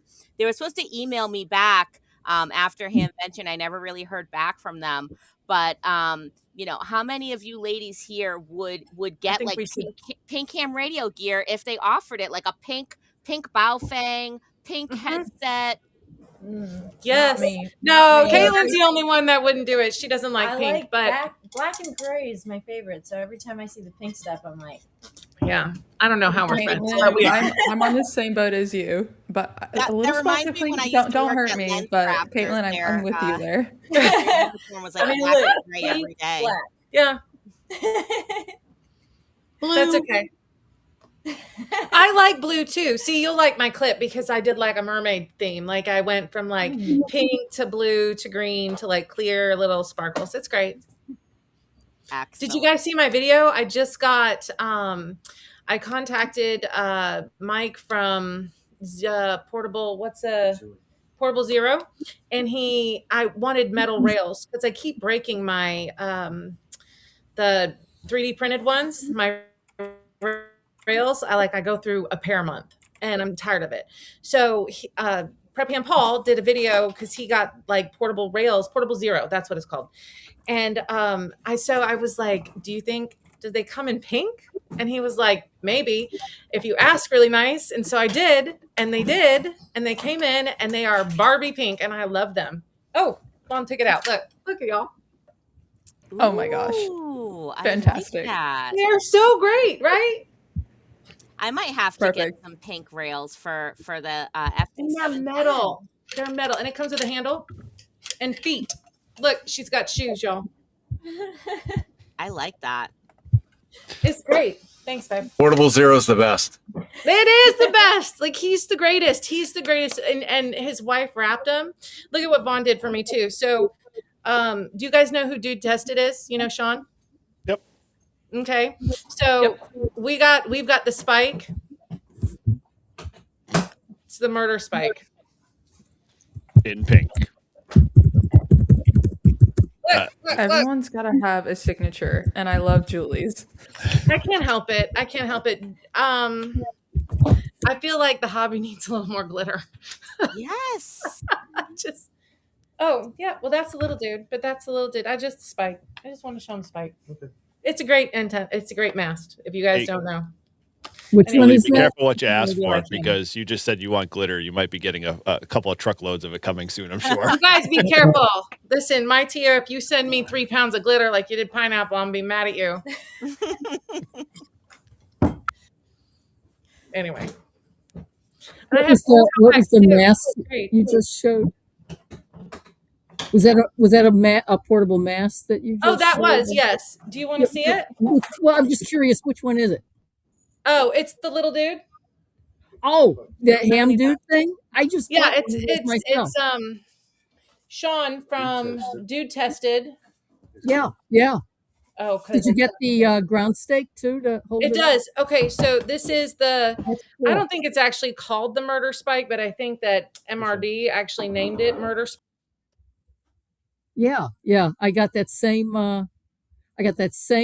addition to it. I think we just lost Julie's audio. It's a little bit heavier than the mask I use usually, but I figured it's a little bit more robust. It goes higher and it's got that great stake too.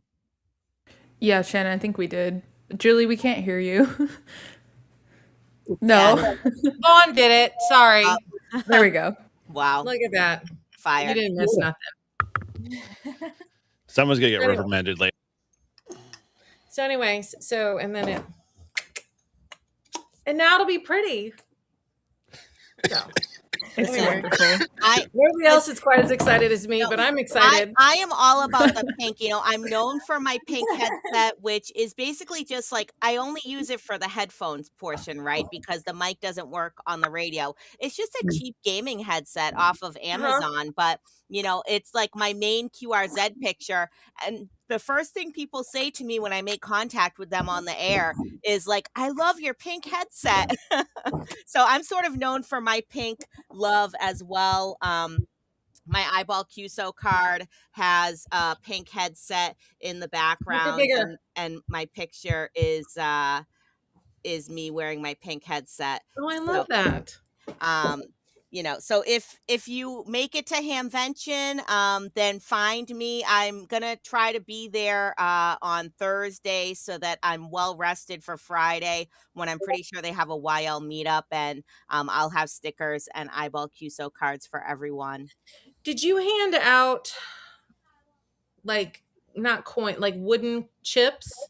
Nah, that wasn't me. Okay, somebody handed out a woman chip with the little lady holding something. I can't remember who it was. I have it at work. Oh, well, gee, I wish I got one of those. Yeah, I don't. But here's the thing: Hamvention was so. I don't remember meeting people. Yeah, it was my first time ever going to a Hamvention, or really any kind of big ham fest. I think I had gone to Near Fest in the fall, but that was about it. And I was literally high on ham radio for a week after Hamvention. Just meeting all the people and seeing all the booths and. Your glasses. Oh, she's got her little coin. It's not mine. It's somebody else's, but Hamvention 2025. It's KEBUTX. Kilo Echo Bravo Uniform Tango X-ray. That's Black Swamp. Okay. Maybe was that Sandy? That might be Yeah. Sandy. I'm like that UTX call. Sandy. I'm like That's Sandy's call that sign. call sign sounds. Is it Sandy's call familiar sign? Oh, look at Vaughn shining a light. Well, it's now you're washing her out. Anyway, it was super cute. I loved it. I absolutely loved it, but I can't remember who handed it to me. Well, you're 'Cause it lucky was because crazy. I guess I didn't meet Sandy and I didn't get one. So maybe this year, 2026, will be the year, and hopefully we'll see I all got you, to- you ladies at the YL meetup. I made it a point to meet Sandy. I really did. I was like, "Ugh, I recognize you." So to go along with, what are our favorite radios? What's our favorite antennas? Ranger 80. Who said that? I did. Was that you, Shannon? Miss Me, Shannon. yeah. Okay. Yes. So what is that? What is that? Is that a vertical? Yep. Ranger 80 from Polymer. I think it's Polymer Engineering. No. Res antenna. Res antenna. That's right. Oh, Mike. With I a love 17 Mike. foot whip. Works Yep. great. The only other one that we do use is the oh goodness, what was it? The end-fed halfway that we got from Reliance from Mount. Mm-hmm. That's a good one. Love it. Yeah, lately I've been loving my my Wolf River coil. I have the the Silver Bullet 1000 Platinum. I use that with a 17-foot whip on top, the MFJ 1979. With a Faraday cloth ground plane. And I love that, I can operate away from the car, but I don't have to worry about like throwing a wire in a tree. Because, sometimes, first of all, it's not easy to get a wire up in a tree. And second of all, sometimes the rangers can get a little funny about that, hanging stuff in trees. So I try to like leave the least amount of impact on the environment as I possibly can. I don't know how you guys maybe run into that a little bit, Amy and Paula, like when you guys are doing SOTA. First of all, you're probably above the tree line a lot of the time, I would guess. And also it might be like a wilderness zone, right? Where, you can't really like put up any kind of structures. I'll take a stab at this first. I mean, we already know how clever Amy is with finding wire on the summit and Yeah. making it work, which I'm still in awe.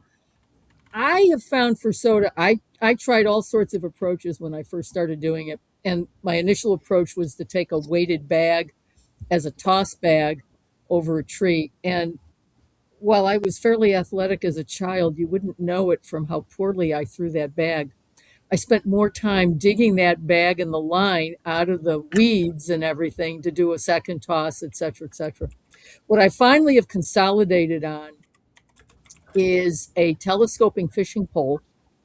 And now I'll be using the Ham Dude mast as well, with an end-fed random wire for the antenna. So that just basically slopes down from the top of the mast. I have for the mast a couple of 3-foot long Velcro straps. And I also have a couple of those bendable, they're not bungee cords, but those bendable wire type things. They're often orange colored. And between Hair ties. those things, pardon? Yeah, exactly. One of those dudes right there. And between those, and I actually have my own, I got this idea off of Soda Beams. They sell a fiberglass stake you can put in the ground to help hold up a telescoping pole. And I'm like, oh, gee, I could make that. And so I went to, what was it, Tractor Supply, and I bought some fiberglass garden stakes, cut them carefully to the length I wanted. I telescoped them with a piece of, I think, aluminum tubing I had handy. What I like about that is that kind of setup enables me to use exactly the same equipment, whether I'm in the middle of a forest, whether I'm on a bald with no trees at all, whether I'm on a rocky surface. I don't use all of those items, but all of those items in some combination will always let me set something up the same way. So I eliminate, the head scratching of, well, what am I going to do now? I've figured that out ahead of time, and I found that being able to have a repeatable process like that works, effectively for me. I also like to do multiple summits in a day, something I call biathlon for geeks.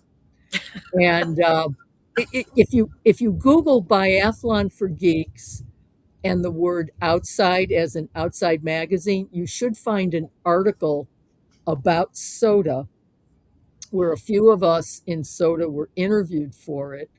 And the writer picked up my moniker for it and used it as, I think, either part of the article title or in the first paragraph or so. But when you're doing multiple activations in a day, you have to be quick, you have to be efficient. So that's the stuff I like to use. Mm-hmm. Excellent. Yeah, I use similar. Could maybe see my poll here. Maybe, I'm not sure with the backdrop. It's I'm doing it. similar, just a telescoping pole. And then I use ball bungees if needed. We don't put anything in the ground really. I mean, like in the picture in the background, that's my favorite way to put up a pole because you just stick it in the snow and it stands up. And favorite antenna is probably a trapped end fed. Don't need a tuner. And I used it a lot for 20, 30, 40. Yes, you did. If I may, Photos of this purple person. So these are my 3D mic and paddle. Wow. did you say 3D like printed microphone? Or 3D, what do you mean 3D mic? Yes, it's a built. You can build them yourself. I had this built. It's only like $10. The casing is 3D printed. Could choose the color of plastic, and it's smaller than my pinky, and so I don't get on sideband a whole lot. But if my husband is activating with me, then this way I have an easy mic that doesn't take up much space. And weight. That's awesome. I think my favorite type of antenna right now has been dipoles. They're annoying to set up, but like That part. I've never had such a high performing antenna other than a dipole. They're annoying. You gotta tune each side. You gotta adjust the whips. You gotta measure the SWR and all that stuff. But like every time I set up a dipole, it just gives me results. I don't know what it is. NFEDs are like a close second as far as performance wise. Verticals I think are a third when it comes to performance. In my experience, I could be totally wrong. Like I'm still learning with what I feel like works best for me, but I love verticals because they're easy. You put a ground spike, insulate it, stick to whatever you want, base loaded vertical if you want, and then put the whip on, and it's easy. It's great for efficiency when you're like in portable situations. But if I have time, I think I'm going to set up some type of elemental antenna configuration suspended from the air. So like a dipole, a hex beam, or more dipoles in a sense. So I think like a dipole is probably my favorite type of antenna. When it comes to like which one I'm setting up the most, it's the vertical, just because it's so quick and easy. But I wish dipoles were more easier to set up, is all. I'm an NFED girl. I like NFEDs. I have a few favorites, and I think it just depends on what I'm doing with said favorites. Right now, I've got 3 that I run pretty regularly. I've got the spool antenna, of course. The ease of use of the spool is like if you want to get up and get out on the air really quick.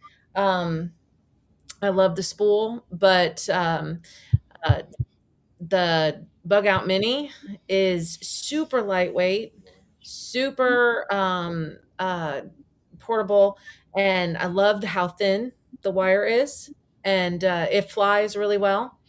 So on a kite, so that I mean, and it's also very simple and easy to get up and get out. And those are the two that I gave you. I No have tuner needed. what? No Am I tuner muted? needed. For which antenna?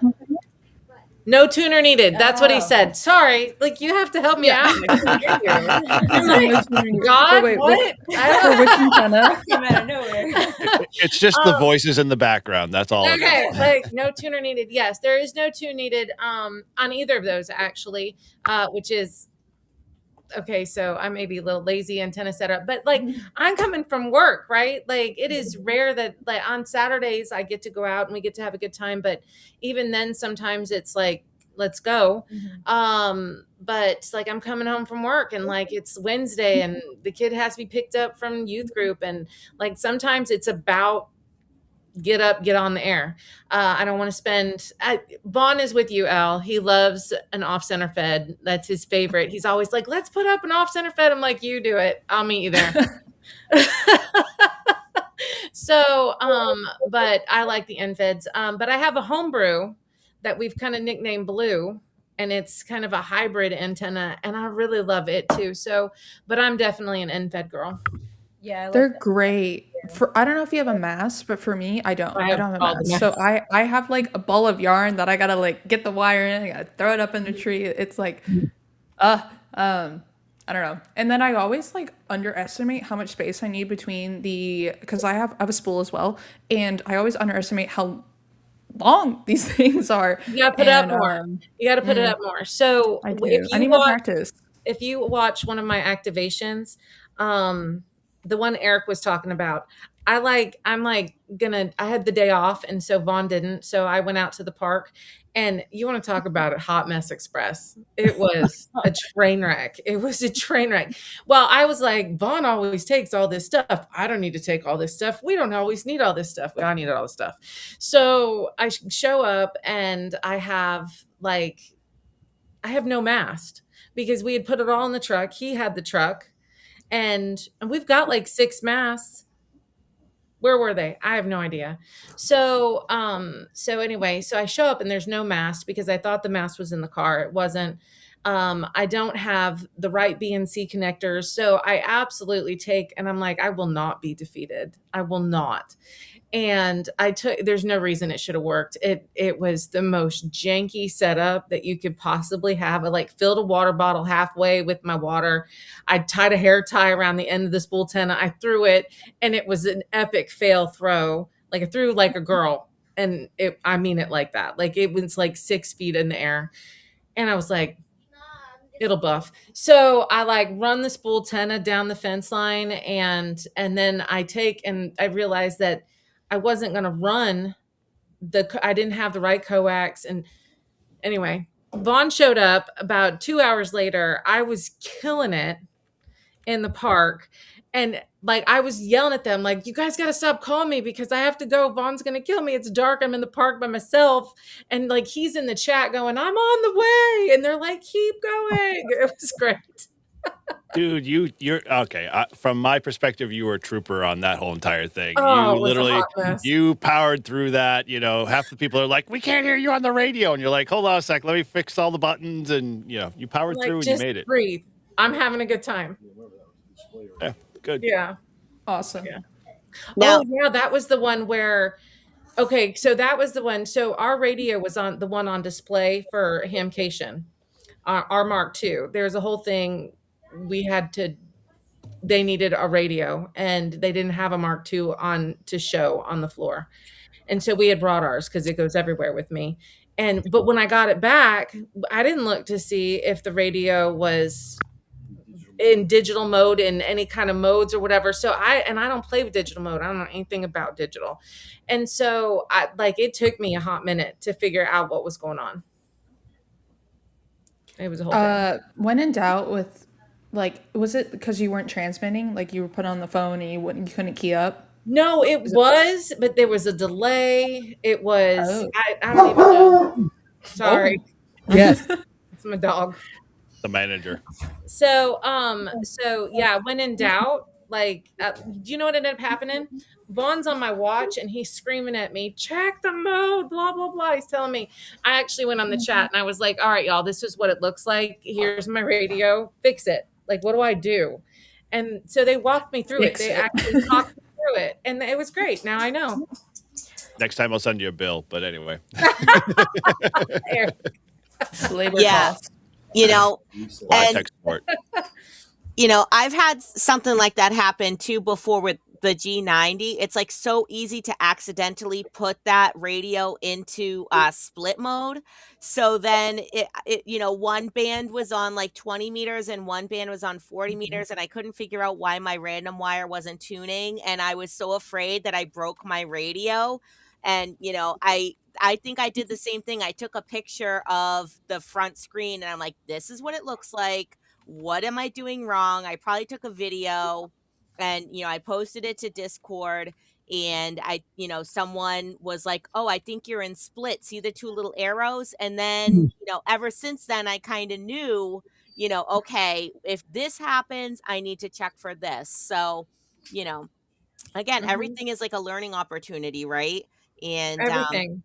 you Yes. know, that, you know, kind of like, you know, you got to like get familiar with your radio and, you know, sort of deep dive into all those different settings so you sort of understand what to do and how to fix it.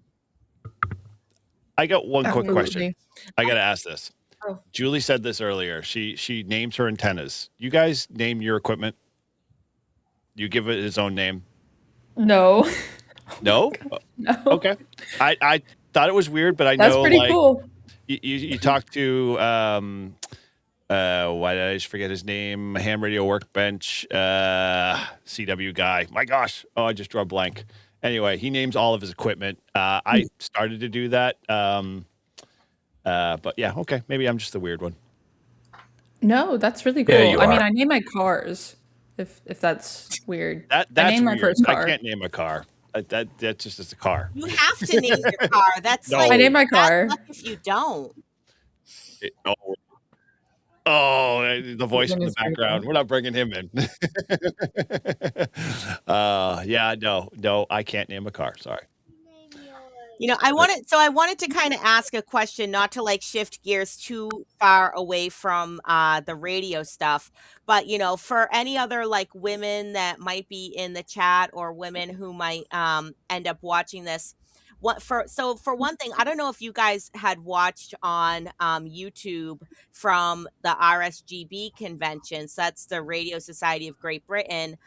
Their convention this past September, October, I think it was. They had a forum on there with I think 3 or 4 different YLs asking, you know, talking about women in amateur radio. How can we get more women involved and younger people especially? And one of the ladies on there, Charlotte, she's become a good friend of mine. And so many things that she said on there mirrored things that I have actually said before.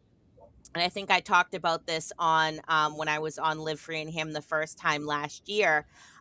You know, so I think Caitlin, I think you have a youngish children. Obviously, everybody knows I have a young son. He just came in and started talking about Minecraft. And so, you know, like how, you know, do you guys bring your kids on POTA activations? How do you keep them, you know, busy while you're on a My daughter POTA? had her tech. She got her tech. Okay, yeah, I remember she was studying for it, so she got Yeah. her tech. Excellent. So Yeah, now she she can got get it. on the air. I can't get her to do it yet. I'm working on getting her actually interested in radio because I tried the same method on her. I was like, I bet you can't. And she got it in 3 days. But it didn't bite her like it did me. So my son's studying for his. He's 11. Excellent. So how old is your daughter? She's 17. Okay, so your kids are like a little bit older. Like I said, Miles is like 7. So, I try to pick POTA parks that have a playground if I can, because then it's like I can just tell him, like, go play on the playground and stay in this area where I can see you, and I'll be over here with the antenna and the radio, getting on the air. Do any of you other guys have like younger kids, or were you a ham when you had younger kids, and how did you kind of manage to be able to stay active, or were you active when your kids were younger? Anyone? No. No. Well, maybe some people in chat can jump in.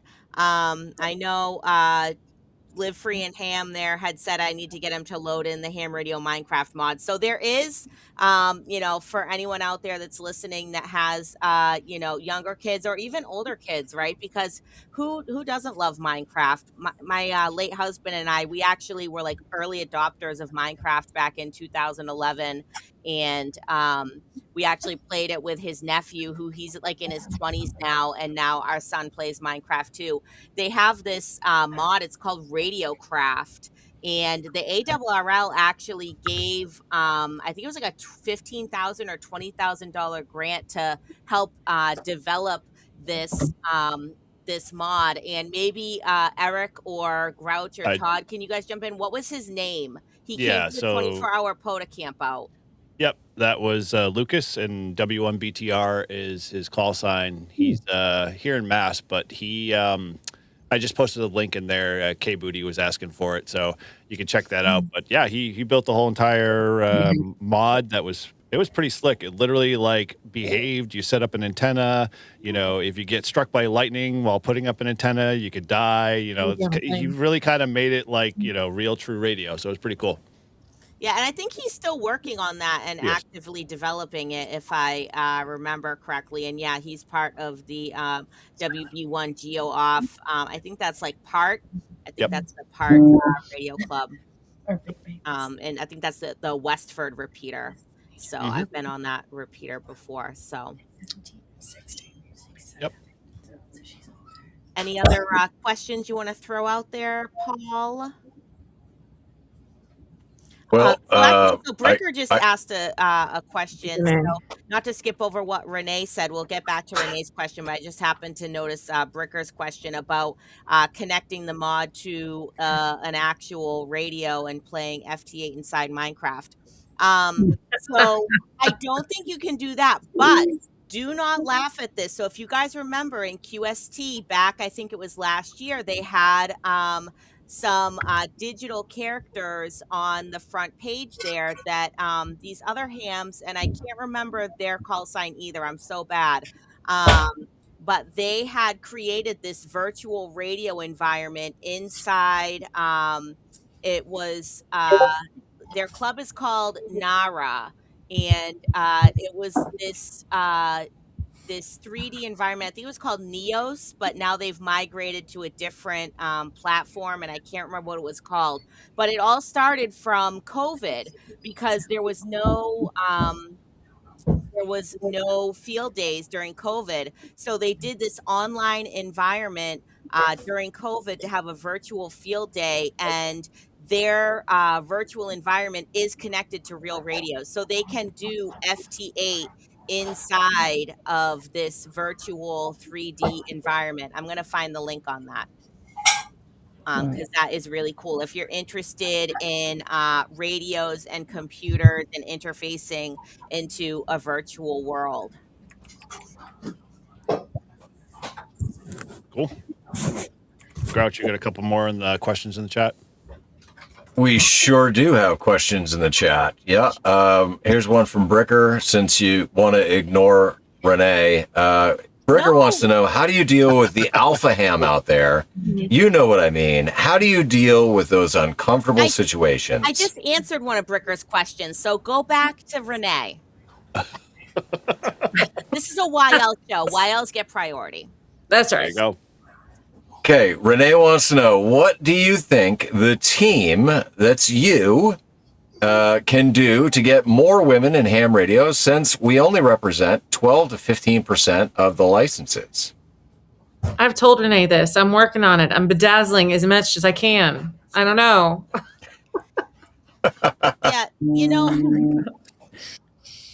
Yeah, I'm not sure what we can do, to get more women into the hobby. I think more women are coming into the hobby, and I think that us being here is kind of proof of that. We're, you know, trying to get younger people into the hobby, and the first thing is sort of like the challenge, because I think, there's a lot of older people in the hobby, and I don't know about anyone else. Like, I'm kind of I feel like in like the 80s and 90s is sort of when they started a lot of like STEM and STEAM and women in science and technology, and really trying to push and promote that. So maybe like we're gonna start that, maybe that's why we're kind of starting to see the change now, as the I guess, uh like the zennials, I guess, is what I would consider myself, kind of like coming around to amateur radio. I think I think of amateur radio as kind of being like a sandbox. You get a license, you've got a boatload of privileges that let you do things that are only limited by the law and your imagination. And the law part is real easy, just stay within the regs. And now it's just your imagination to figure out what to do.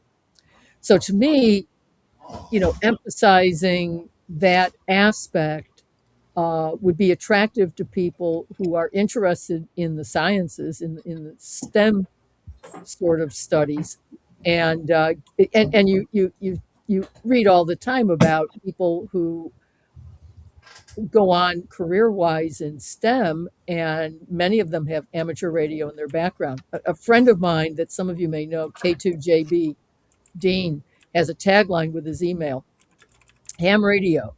It's not rocket science, but it's a favorite hobby of rocket scientists. So I think we can bring in some women that way, and then maybe tie it in also with the more recent maker community. Again, these are people that are using various tools to literally create things. I think a lot of that is present to this day in amateur radio, even though a lot of us buy commercial off-the-shelf radios and antennas. There's still a tinkering aspect. And I think that if we presented it that way, it might help cut through the noise of so many activities that are available for people today.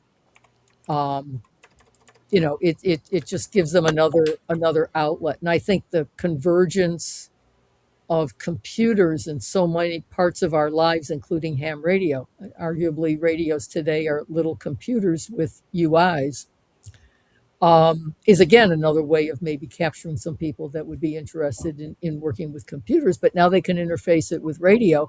And with this license, I can decide how I want to put that together. Just a thought. I mean, I'm one of the old fogies here, so I look to you all to and in your contact with your kids to have some insights on what do you think would grab their interest, because there's so many things competing for attention these days. Attention is a valuable resource. Mm-hmm. Well, these days the kids only got 15 seconds of it. Yeah, true. But mind if I chime in there first? Paula, you're the wise one here. In essence, you've been through a lot. So, you're an Elmer is really what you are. But second of all, I would say you guys, I don't know if you've paid attention. You've held 102 people's attention for almost 2 hours now plus. You need to just have your own get together once a month YL kind of hangout, and I guarantee you will bring more ladies into the hobby just by sharing your experiences and having fun hanging out on a live stream with the idea that you're just talking about whatever you feel compelled about. I mean, we do that with Northeast Ham Radio, and I find people are like, wow, that's really cool. This would be you would dominate. I mean, in terms of like people's attention spans, once a month if you did something. So just a suggestion. Can I chime in for a moment? I love it. So you're talking about things to encourage. One of the things that I've noticed is the more that we highlight the women in ham radio, highlight the youth in ham radio. That was one of the reasons why I actually started doing the music videos and highlighting and taking photos and those things from operators all over the globe to put into these music videos, is because it shows husband and wife, family members with their kids. I mean, a whole family of 5 to 7 people are all operators. So the more that you put out there promoting the good, the different things that you do, whether it's YouTube, Instagram, heck, every time we go activate, I'm taking pictures, I'm bringing that back, I'm putting it all over my personal page as well as our club stuff. But it does nothing but continue to promote and do it in a positive manner. I haven't, I think I've only had 1 or 2 individuals in the last 2 years that said something about one of my posts in a negative manner. It's just communicating that and allowing them to see resources, ask questions. And I get asked questions a lot, and I'm nowhere near being a expert or a genius in it. I'm learning every day, every time we go out, something new. But when they ask questions, if I can't get the answer or I don't know it right off the bat, I'm going to get that and get it back to you, especially the new folks that have no idea what ham radio is. I was the same way when I started, had not a clue, got my license and sit on it for a year because I really didn't know what to do with it. Once I got it, less than 3 months to get up to extra, but I was like, I want on the radio. So it's sharing that information and the willingness to do so. So that's just my 2 cents. All right, can I ask a quick question here, because this came up just with your comments? So who wrote and who sang the opening song? I wrote all the songs that Eric's actually put up, a couple of them. I wrote all the lyrics in the songs and then used AI to help me put the voice to it because I can't do it myself anymore, and pick out the instruments to make our songs. Wow, that was epic. That was truly well done. Thank you.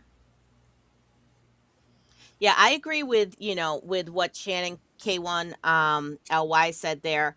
As far as, I think the more visible we are, so both on and offline, right? Like, how many times have you guys been out on, a POTA or maybe even a SOTA, and, someone has happened upon you doing amateur radio and they have no idea what you're doing, or they ask if it's CB, or maybe they know and they're like, hey, my dad was an amateur radio operator, my granddad was an amateur operator, and it kind of like gets them reinterested in it.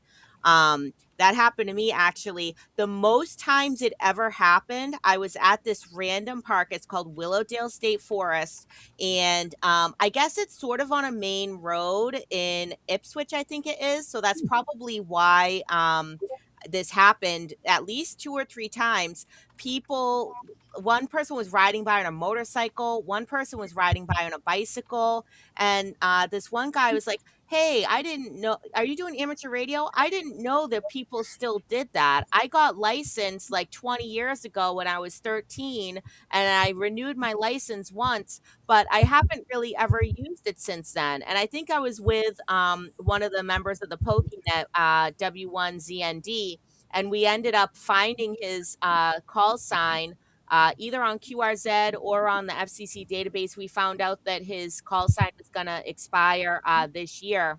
And, we told him, we were like, hey, yeah, people are definitely still doing this. This is the repeater where we hang out. And, we set up these radios in the park and we get on the air and we talk on HF.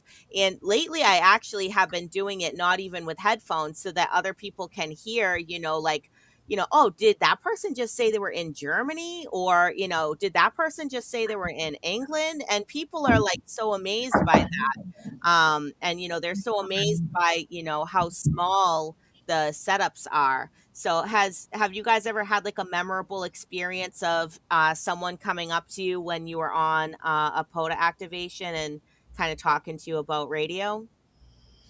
Absolutely. Mm-hmm. We've actually had a guy come in and try to open up the car door while we were doing a POTA activation from the car.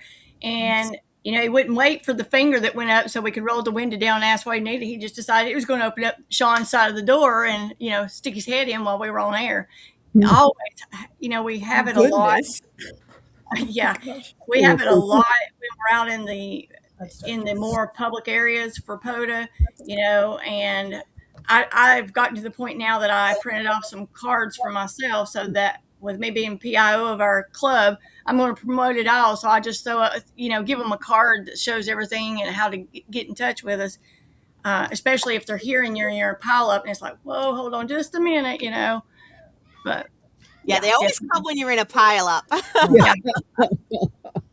Yeah. How about you, Caitlin? Have you had any memorable experiences of people coming up to you when you're doing a POTA activation?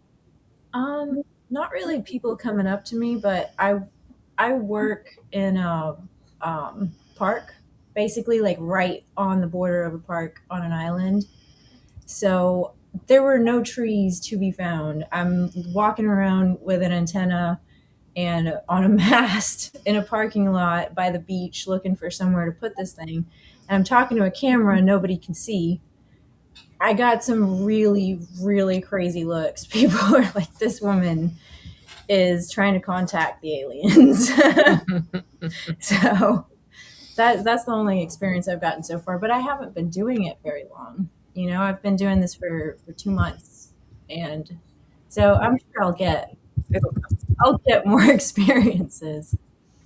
Yeah, Shannon, your idea of having the cards is a really great idea. I can't remember. I think it was Eric. You have cards, right?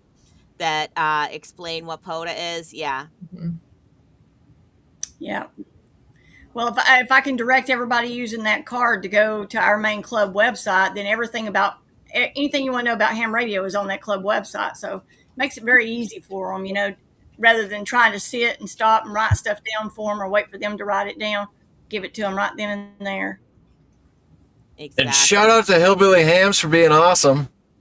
Yes, definitely. No, he's just saying that because he loves the suspenders and the overalls. Yeah. That's okay. He's allowed. He's an honorary member, remember? Me too. I'm a card carrying member too. That's actually so smart. I should get some cards too, because I've definitely had a lot of experiences of people walking up and being like, "What are you doing?" And I'm like, "I'm talking to aliens." No. People thought I was like in commercial radio. They're like, "Oh yeah, like a radio station." I'm like, "Yes, but no, not quite." And then I've actually had like a couple people do like have recognized what I'm doing. It's like, "Oh yeah, like isn't that like shortwave radio?" I'm like, "Oh yeah, absolutely." I'm setting up my vertical antenna, got my ground ground elements going, and overall, every time I have had someone walk up, it's been positive. So that's a really great plus to every time someone has walked up. I get to promote the hobby, showcase the hobby, and say, "Hey, look, this is what I'm doing." And I've had no negative experiences with that, so that's been good. Hopefully I won't have any. Every interaction that I do have has been positive, so that's been really fun. It's a great idea, though, to have a handout. I wish I would have thought. This. Well, if you ladies want one, I can give you my card that basically puts on here. I put a little QR code on it. You can't see it too much, but in essence, it allows the person to, take a look at it and then scan from their phone, and they go to a website, and then that gives them time to go away for a little while you're in the middle of a pileup. It's worked wonders for me, trust me. Oh, so that's great. That's a great idea. If you guys want it, I'll send it your way. Do that. Junie calls it ham evangelizing. She's Junie, you guys know who Junie is. N1DUC. Thank you. I can't ever remember the Quack, first quack. part. You remember DUC, obviously. But she's like, go, ham evangelize. Go do it. Go. She's great. Quack, quack. That's right. I don't know. I've heard two terms today that I've never heard from before. It's hamily and then ham evangelize. So those are two different terms that I've learned just from this stream. Yeah. Oh, you got to use hamsplain too. That's what Mike says. Hamsplain. He's like, let me hamsplain it to you.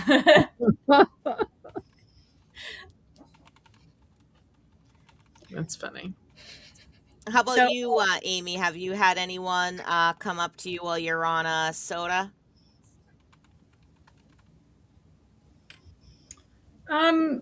while doing SOTA, not so much. Usually the only one on the mountain. I have to say that my experience with people coming up for POTA has been quite negative because it's been federal officers, and Thanks.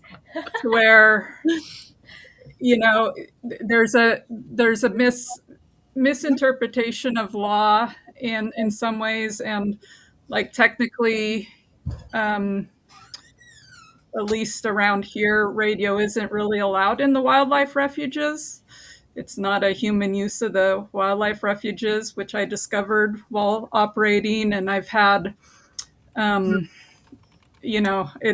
had some pretty poor experiences with federal officers. So if I am in an area that is populated, I try and be clear of the area.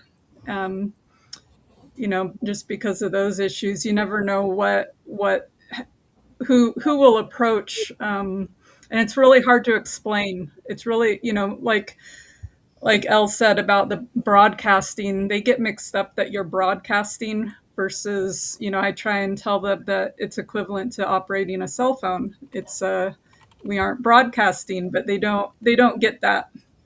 But back to like trying to get more youth and women in radio, I think the key is that you can't force somebody to like something, but there's so many avenues in radio that I think that you can, be an example. If there's people that you are friends with that enjoy some of the same things, like the hiking or whatnot,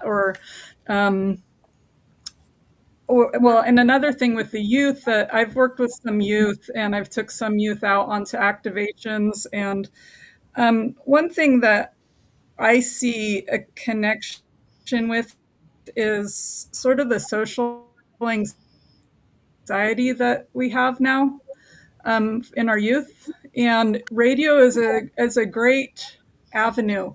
They have an opportunity to, have this communication behind the screen and learn from it, because a lot of the youth that I've worked with are actually quite advanced as far as I'm concerned. I'm not a technical person. I like just getting on the air and the community side of it.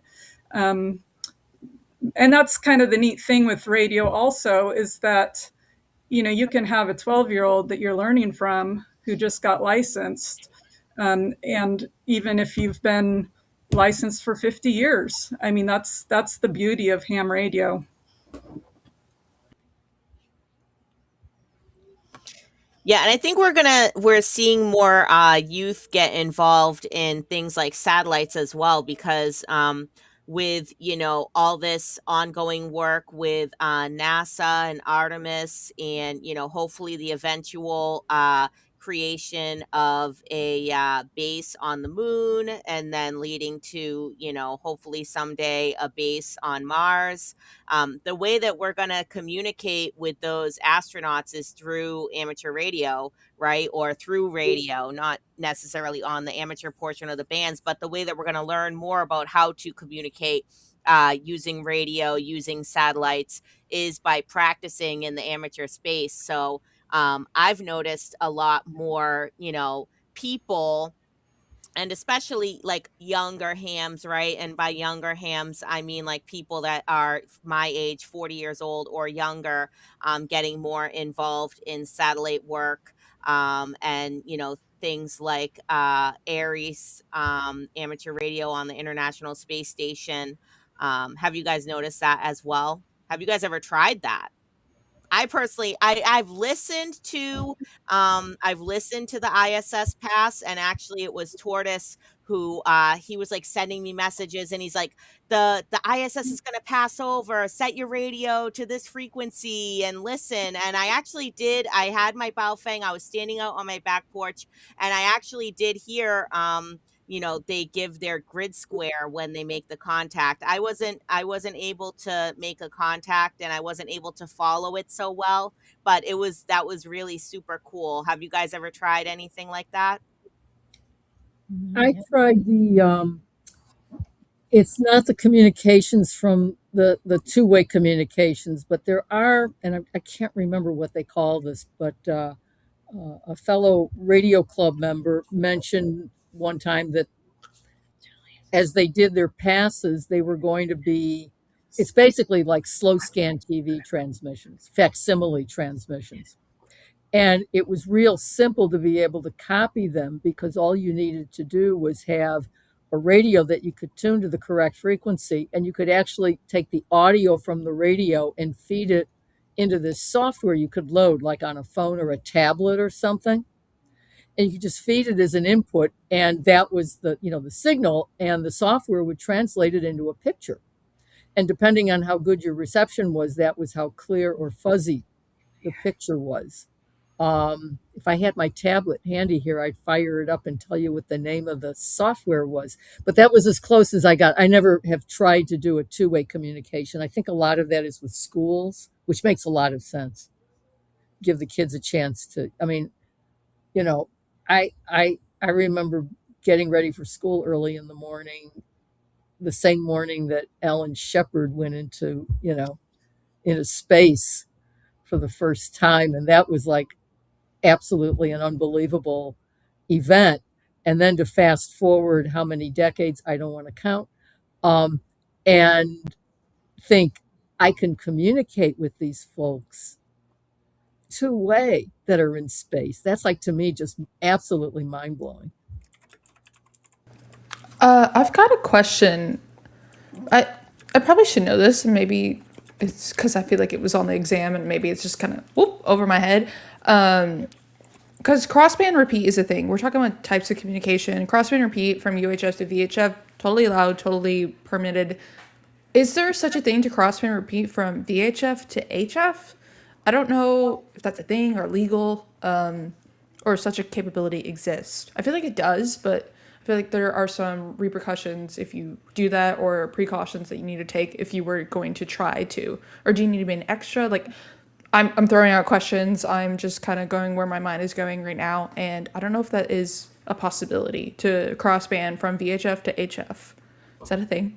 I think there were some satellites way back, I don't know if they're still active, that maybe cross-banded between 10 and 2 meters. I'm not a satellite person, so I may not be remembering this correctly, but I thought that there was one of the AMSATs that used those two frequency bands.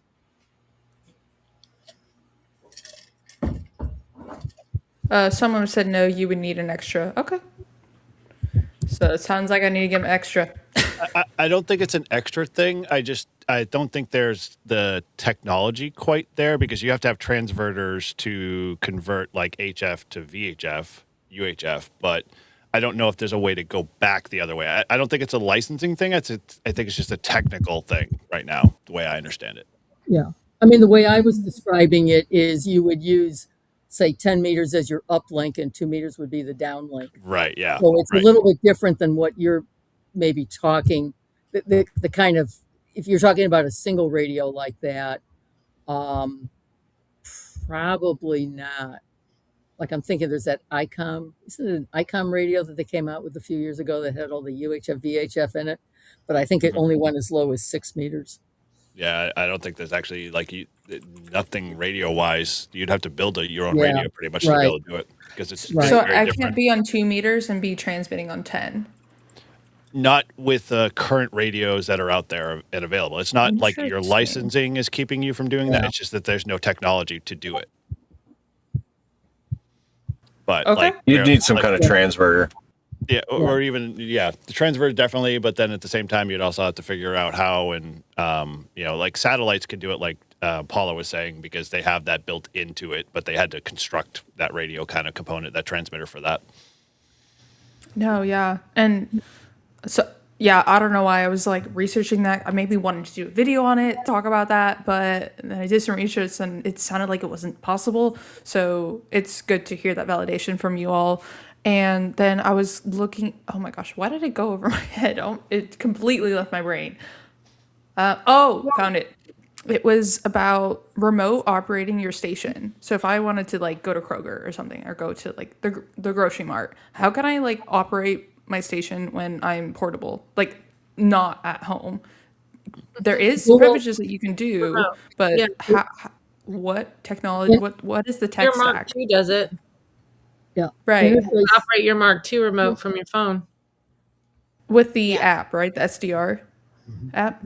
Yeah, I think Yes. you can do it Okay. with Flex Radio. I think you can do it with that ICOM 7300 Mark II.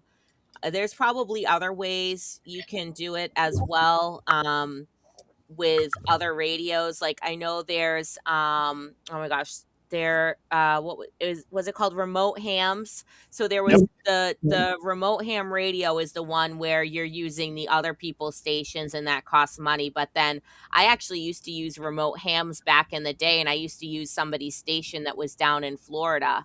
I forget what the call sign was, but I think you can use that remote hams program, and you can use it to remotely operate your own home radio.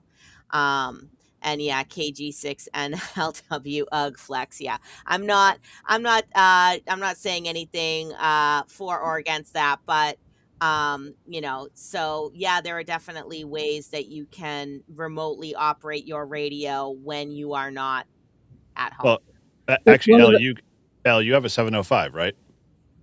I have a 705 and 7300 Mark II. So you probably could use ICOM for Win and do that remotely. And that will allow you to remote control your radio and use it over a couple of different apps.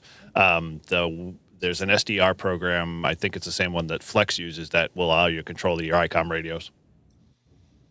the other way you can So do it, win for ICOM is great, but it costs a shit ton of money. RC4 is free. Remote hams, that's free, and trust me, I'm telling you, you can use it with the 7300, especially if you got a Mark II. the other way you can operate remotely with just about any radio that can be connected to a computer is something like, well, there's two approaches you could take.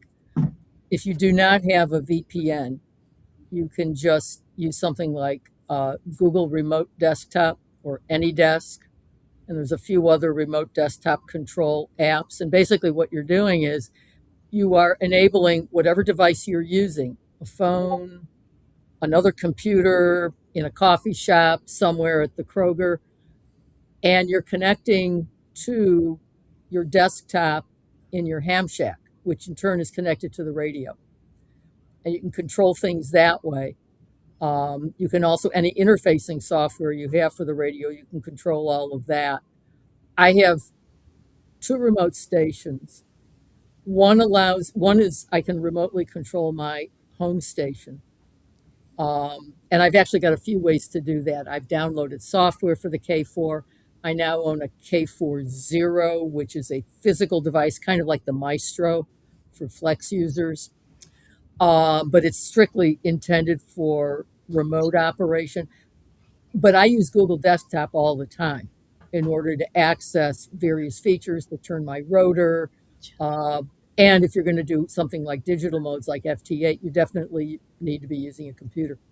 A second way you can do it if you VPN in is you don't even need Google Remote Desktop then. I haven't done the VPN route, but from what I've been told, basically it's like sitting at your shack computer, only you're not in the shack, but you're not having to go through Google Remote Desktop. So it's a little bit more direct. You're not going through a third party. There may be some less latency. There's also the remote rig boxes, which is what I use for my second remote station that I have up at my cabin. But those are probably already a little bit older technology, and I don't think they're sold anymore. But if you could maybe get a used pair, and then you just pair them up. There's specific ways to pair them up with certain radios, generally those that have remote control heads that you can remove from the guts of the radio. But the Google Desktop thing is you can do that almost with anything. Paula, this brings me back to what you said. Weren't you the one who loved to troubleshoot? Yeah. That is amazing. I would love to learn from you and how to set that all up, because I feel like there was a lot of troubleshooting involved to get it all connected. So that's amazing that you were able to get that all set up. Yeah, it's, I mean, anybody who's listening to this, obviously anybody here on the panel and stuff, feel free to ping me. My email address is good on QRZ. If you have any questions about any of this, I mean, I've worked stuff remotely, and when I say remote, so Elle, you mentioned you do some backpacking, so I do a lot of hiking and a little bit of backpacking and stuff that I just got into. And I mean, when I have cell service, I've pulled out my cell phone and I've worked like a new country, or I've worked something for the DX marathon, just like that.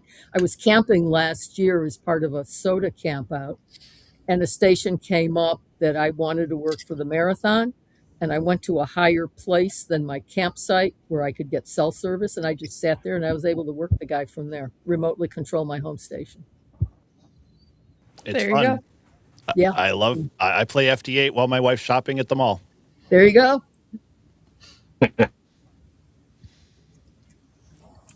Yeah, and there's lots of great resources out there on different ways to do remote. Have fun with it, explore, go down that rabbit hole, and you'll learn a lot. Yeah, it's much different than it was even 5 years ago. There are so many more options available, and people have better and better access to higher speed internet connections too, which makes a big difference. Yeah, I'd love to deep dive into that, when I get there, for sure.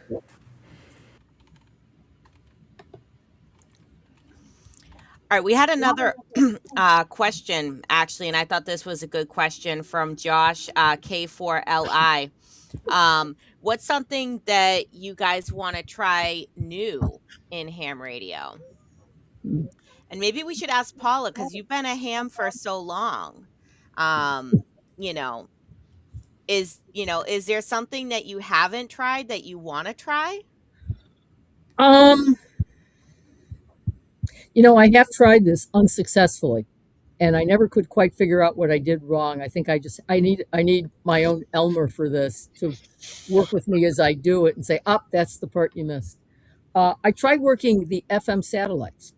I bought what is it, the Kenwood D72, the radio that is the HT that's already set up, really ideally for satellite work like that, where it's I'm drawing a blank now. It's a common term for what I was trying to do with duplex, I think.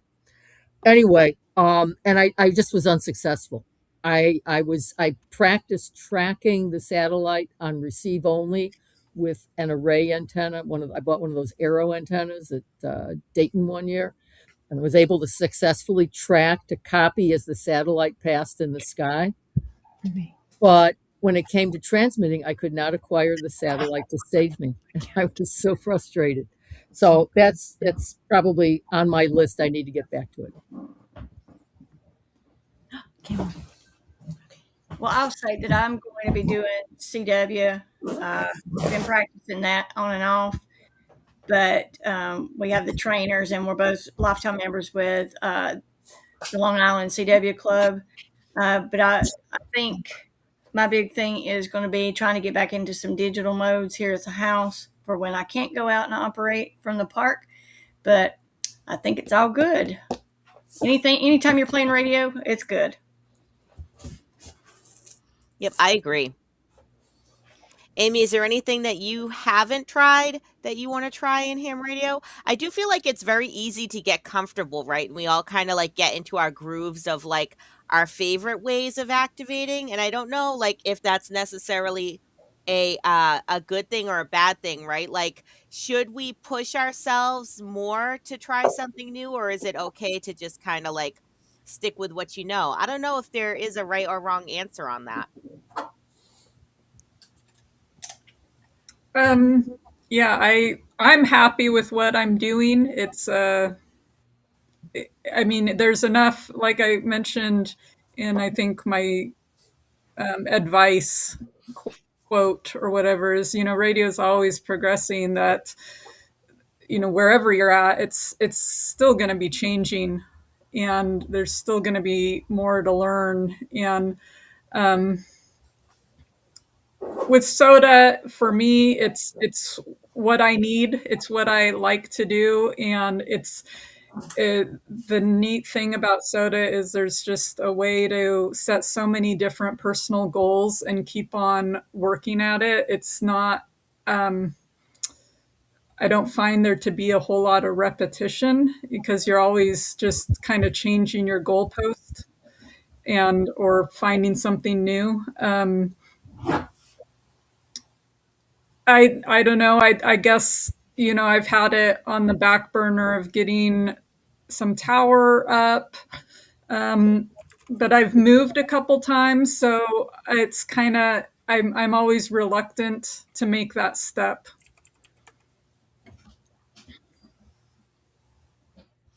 How about you, Caitlin? Since you're probably the newest person here, and like almost everything is new to you, right? Like maybe what is something that you're excited to try that you haven't tried yet? I think my next thing that I'm going to try is FT8 and then CW.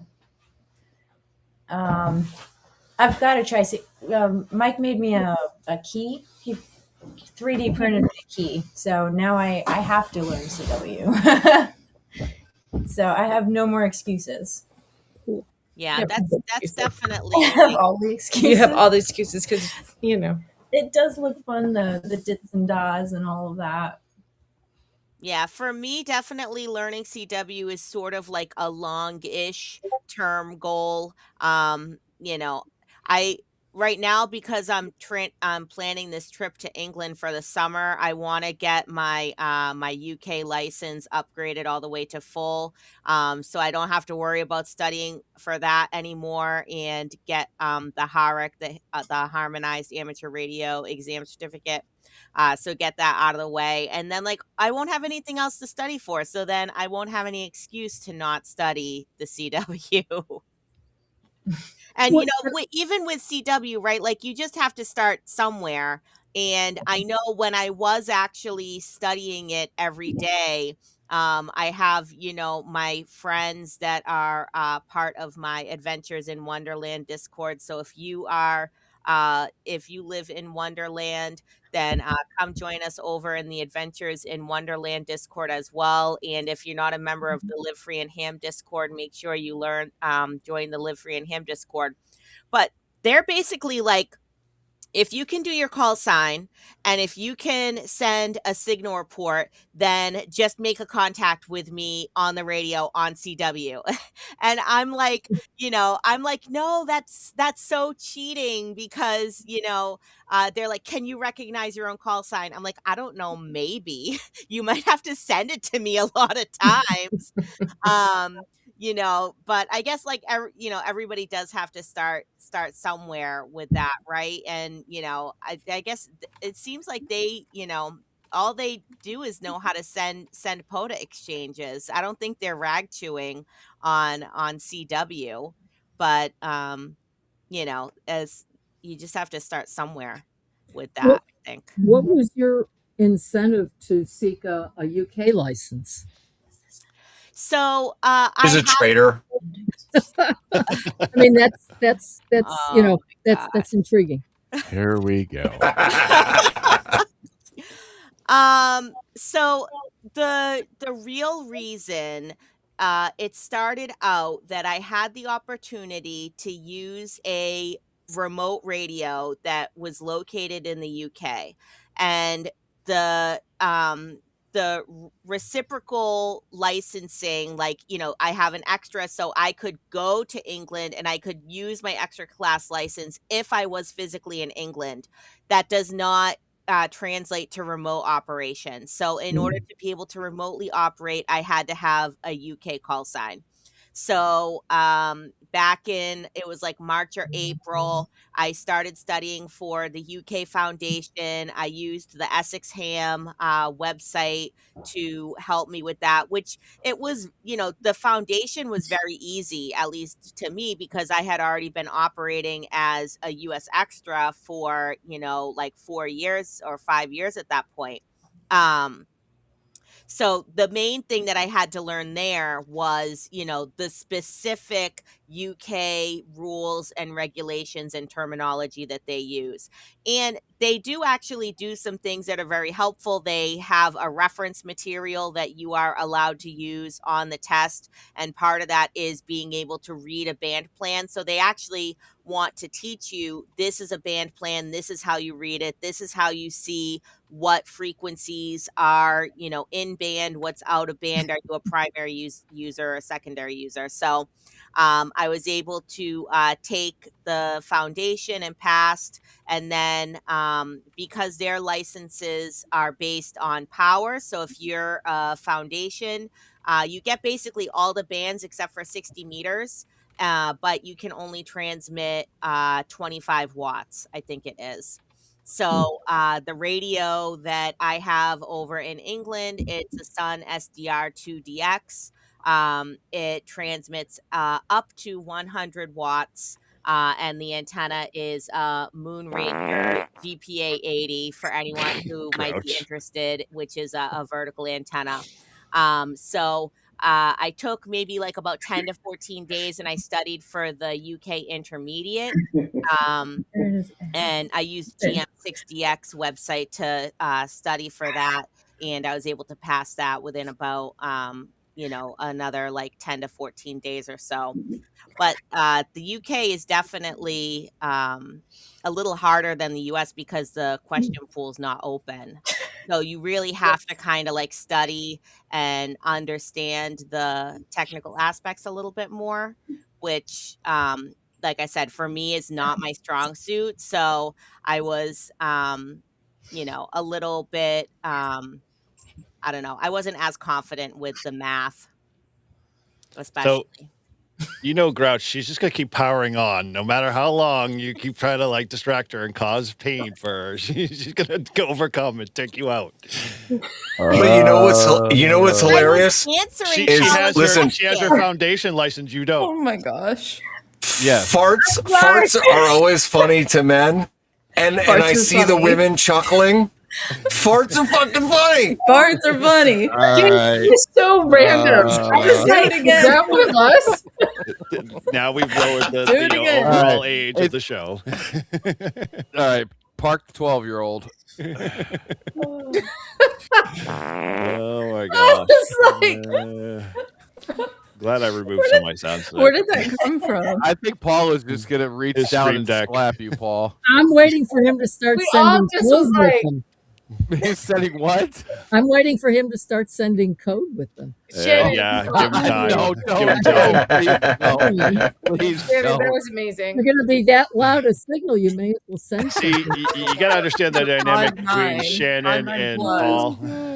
They're like two kids, two brothers and sisters fighting all the time, and so you can outdo each other.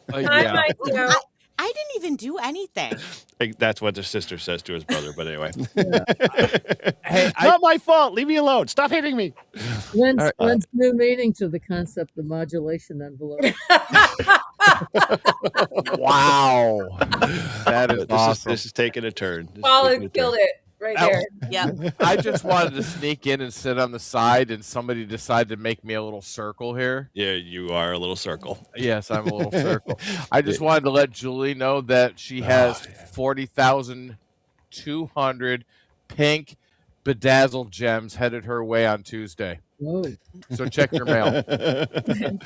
No, you don't understand. I told you what's happening. 40,000 bedazzled gems. And a giant bag of glitter. Yeah, the giant bag of glitter. Damn it, I forgot the glitter. I'm sure you got that for free. You guys are gonna get a straight up short of me just bedazzling Vaughn while he's asleep. Oh, dude, that will pay. That is content gold. I will pay. I'll throw a 20 on that. I will become a permanent lifetime member if that happens. I will pay Oh, money. it's done God now. bless. Now you Okay. listen. If you put a price tag on it, it'll be done. Oh, very cool. Well, ladies, you have like exceeded the all-time records. I mean, by all standards, this is a 3-hour show, and you know We're back. We're up to 91 now. you guys have been holding strong at 100 viewers. It's been awesome. I am totally blown away. Which basically, I don't know if you guys paid attention in the chat. I had a poll, and the poll basically resounding 38 people all said yes. You all need to do at least a once a month live stream. You know, YL only. You know, maybe invite the guys on if you feel so implied. Not with these jokers. Yeah, I'm not. here. I'm not letting Farty McFart face. Exactly. So, you know, I'm going to throw out to you guys. Any last words you want to throw out there? You know, obviously it's awesome. I'm super excited to hear a lot more YLs on the air this weekend. You know, and so any last, you know, bit of advice or anything you guys want to kind of just summarize tonight with? Leave it to. No, have you said enough? No. Somebody else start because I will, and it's, you know, I'll take over. So what else y'all got going on? I will go ahead and say that if you're going to do radio and you've been, you know, for whatever reason have mic fried or whatever you want to call it and get on there, just get out, have fun, POTA on, party hardy, as they say, or POTA party it. Just enjoy it. Just enjoy it. Don't make it out into anything other than fun. Don't make it a job. Mm-hmm. Yep. It's accurate. Don't forget that it's supposed to be fun. And go get those pile-ups. That's it. That's it. Listen, it's not hard to get a pile-up. You just get out there and start calling CQ, and it's amazing. If any of y'all are interested in Meshtastic, I have to throw this out there. On Monday night, K Booty and I got a date. He's gonna. It's straight up. We're gonna. These are all my notes. Wow. We are gonna listen. Maybe you should be on it too, L. I don't know, but he's literally. We're calling it Meshtastic for Blondes because I really am very interested and I am completely ignorant. So he's going to educate me on all things Meshtastic from start to finish. Like I've got it. That's not it. Is that it? Yeah, that's it. Ooh, this is the purple clip that he made me. Will you go grab my other clip? I'll show him that I'm starting it. So this is the purple clip that he made me, but this is my mesh node that I bought. And I already started, look, I got like a little mermaid thing going on here. Can y'all see that? Assistant, can you please Absolutely. grab my Meshtastic device? That's right. It's pretty. It's got like you can't really see it because it's got like pink and then it goes to blue and now it's going to clear. It's super cute. It's going to be adorable.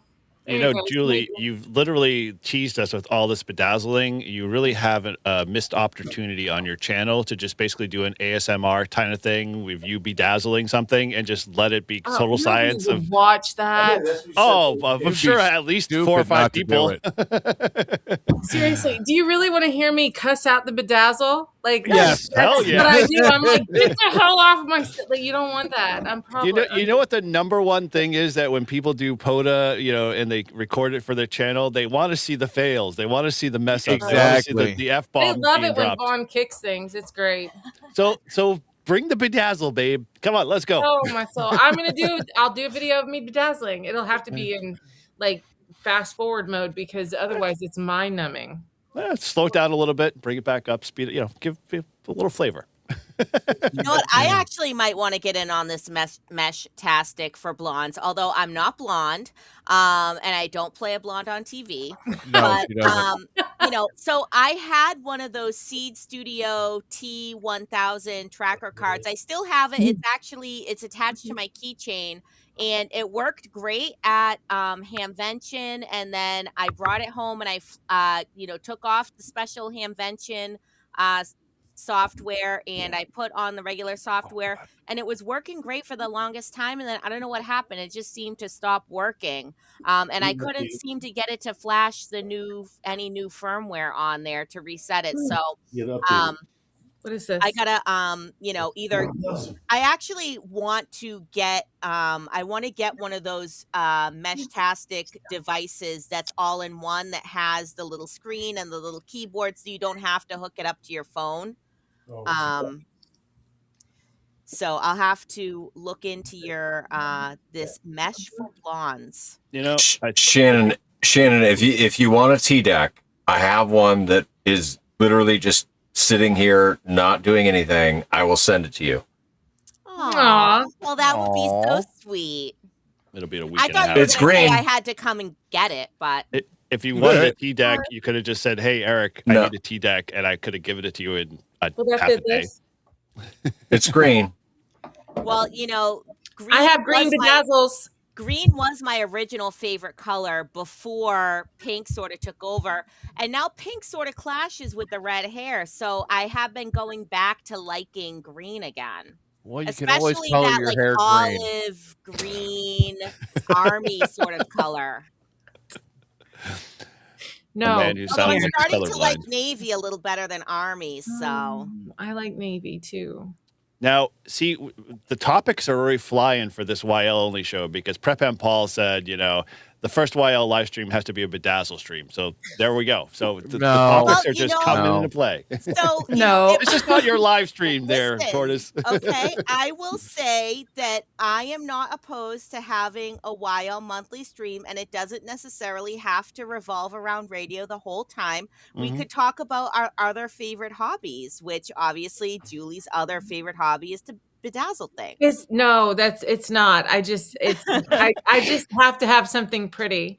Actually, listen, you guys don't understand. I just I sit there and Vaughn just looks at me and he's like, "Why are you doing that? It looks painful." And I'm like, "It is, but it's so pretty when it's done." Beauty is painful. Yeah, That's Yeah. what my I wife guess. tells me, anyways. it is. It's true. Every time she looks at you. Yep. Oh, no, it's already started. All right, Have let's you pull ever this in very waxed your quickly. eyebrows? No. Exactly. No. Ever watched anything?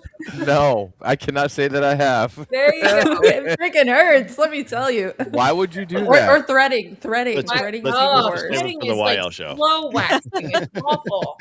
See, this is No. something I You don't guys need. have All a right. gold mine here. This is a gold mine. Come on. But I'm gonna keep hounding Oh. you, Shannon, until you get this going. All right, yep. Now I guess right. I will spearhead the YL monthly monthly You've got show. the controls, you've got the tools. Now you can do a YL show. So no problem. Yep. Whatever That's you all say, right. boss. Okay. Well, with that, ladies, I thank you guys all for coming to hang out. 3 hours long is awesome. I'm starving now at this point. I haven't had dinner, so I'm definitely going to need to eat before I pass Aw. out. Oh, but that's right. Yeah, You I know. cook. I'm a wussy. cook. Sorry. Get over it. Yeah. No, you cook. I forgot. You cook. So your I whole do. family is starving at No, they 11 already o'clock ate. at night. They're already in bed. They're way beyond that. So I'm the only one I going to pick up the scraps upstairs. So all that being said, ladies, I They're thank you guys lazy, for coming on. How did Tio end up in the middle of us up there? And because he wants I to be wanna, your TO. I want to thank Grouch and Eric for hosting us, and I want to Todd thank was here. everyone and Todd. I mean, Todd was sort of here, sort of not He here. left. Yeah. And Tortoise, whatever's going on over there, I have no idea.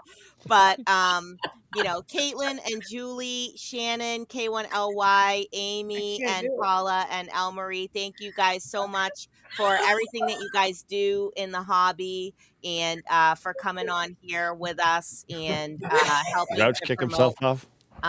No. International Women's Day and Women in Amateur Radio. And I hope to catch you all guys further down the log and catch you on the air. Yes, Definitely. Definitely. Absolutely. I was listening. I know I know I made contact with Elle Marie before. I know I've made I contact have your with Shannon card. I need to before. send one back. I'm working on designing it, so I have it. Yeah, no worries. Anyways, Very Take that off. Grouch, behave. Shannon, I come will down say here. this in case Come you down here want now. OUT. Oh no, don't start. Don't encourage him. Don't encourage him. So you've done an excellent job of putting this YL thing and the woman's day. I trust me. There's no guy's day, so I'm not worthy. You did an excellent job putting all this together. You did a great job. Thank you, Michael. Yes, thank you guys. Appreciate you all. Thank you very much to everybody. With that, ladies, thank you again for hanging out and sticking us out so long. I know you guys are all coming from all areas of the United States, so it's all different times. Definitely late for us, but all good. And thank you guys for hanging out here at Live Free and Ham with us and staying on stream for this long. It's blast and it's been fun. And looking forward to seeing more from you ladies as always. So with that, we're going to say 7-3, guys, and I'm going to roll the bumper one more time because it was such a great bumper there really was. for the end. So All right. with that, ladies, 7-3s and POTA on. 33s. All right. Thank you. And 88 and 88. 99s. 88.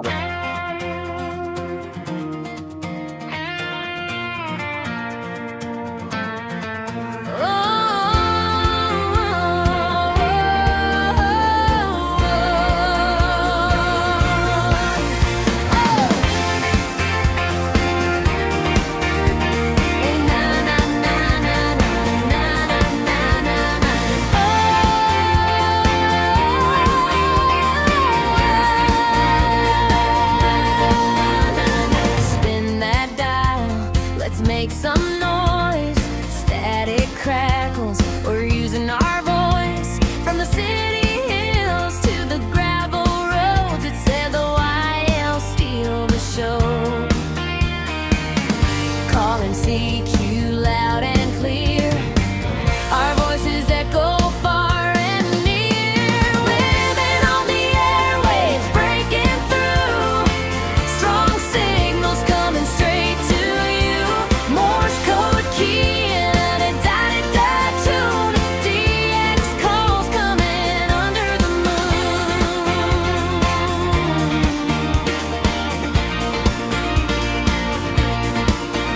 What's the QTH of your backyard shack?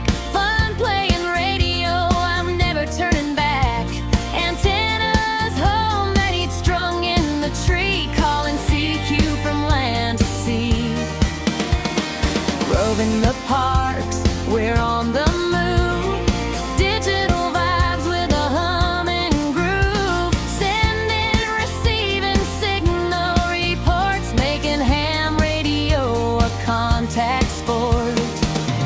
Calling CQ loud and clear, our voices echo far and near. Women on the airwaves breaking through. Strong signals coming straight to you. Morse code key and a da-da-da tune. DX calls coming under the moon.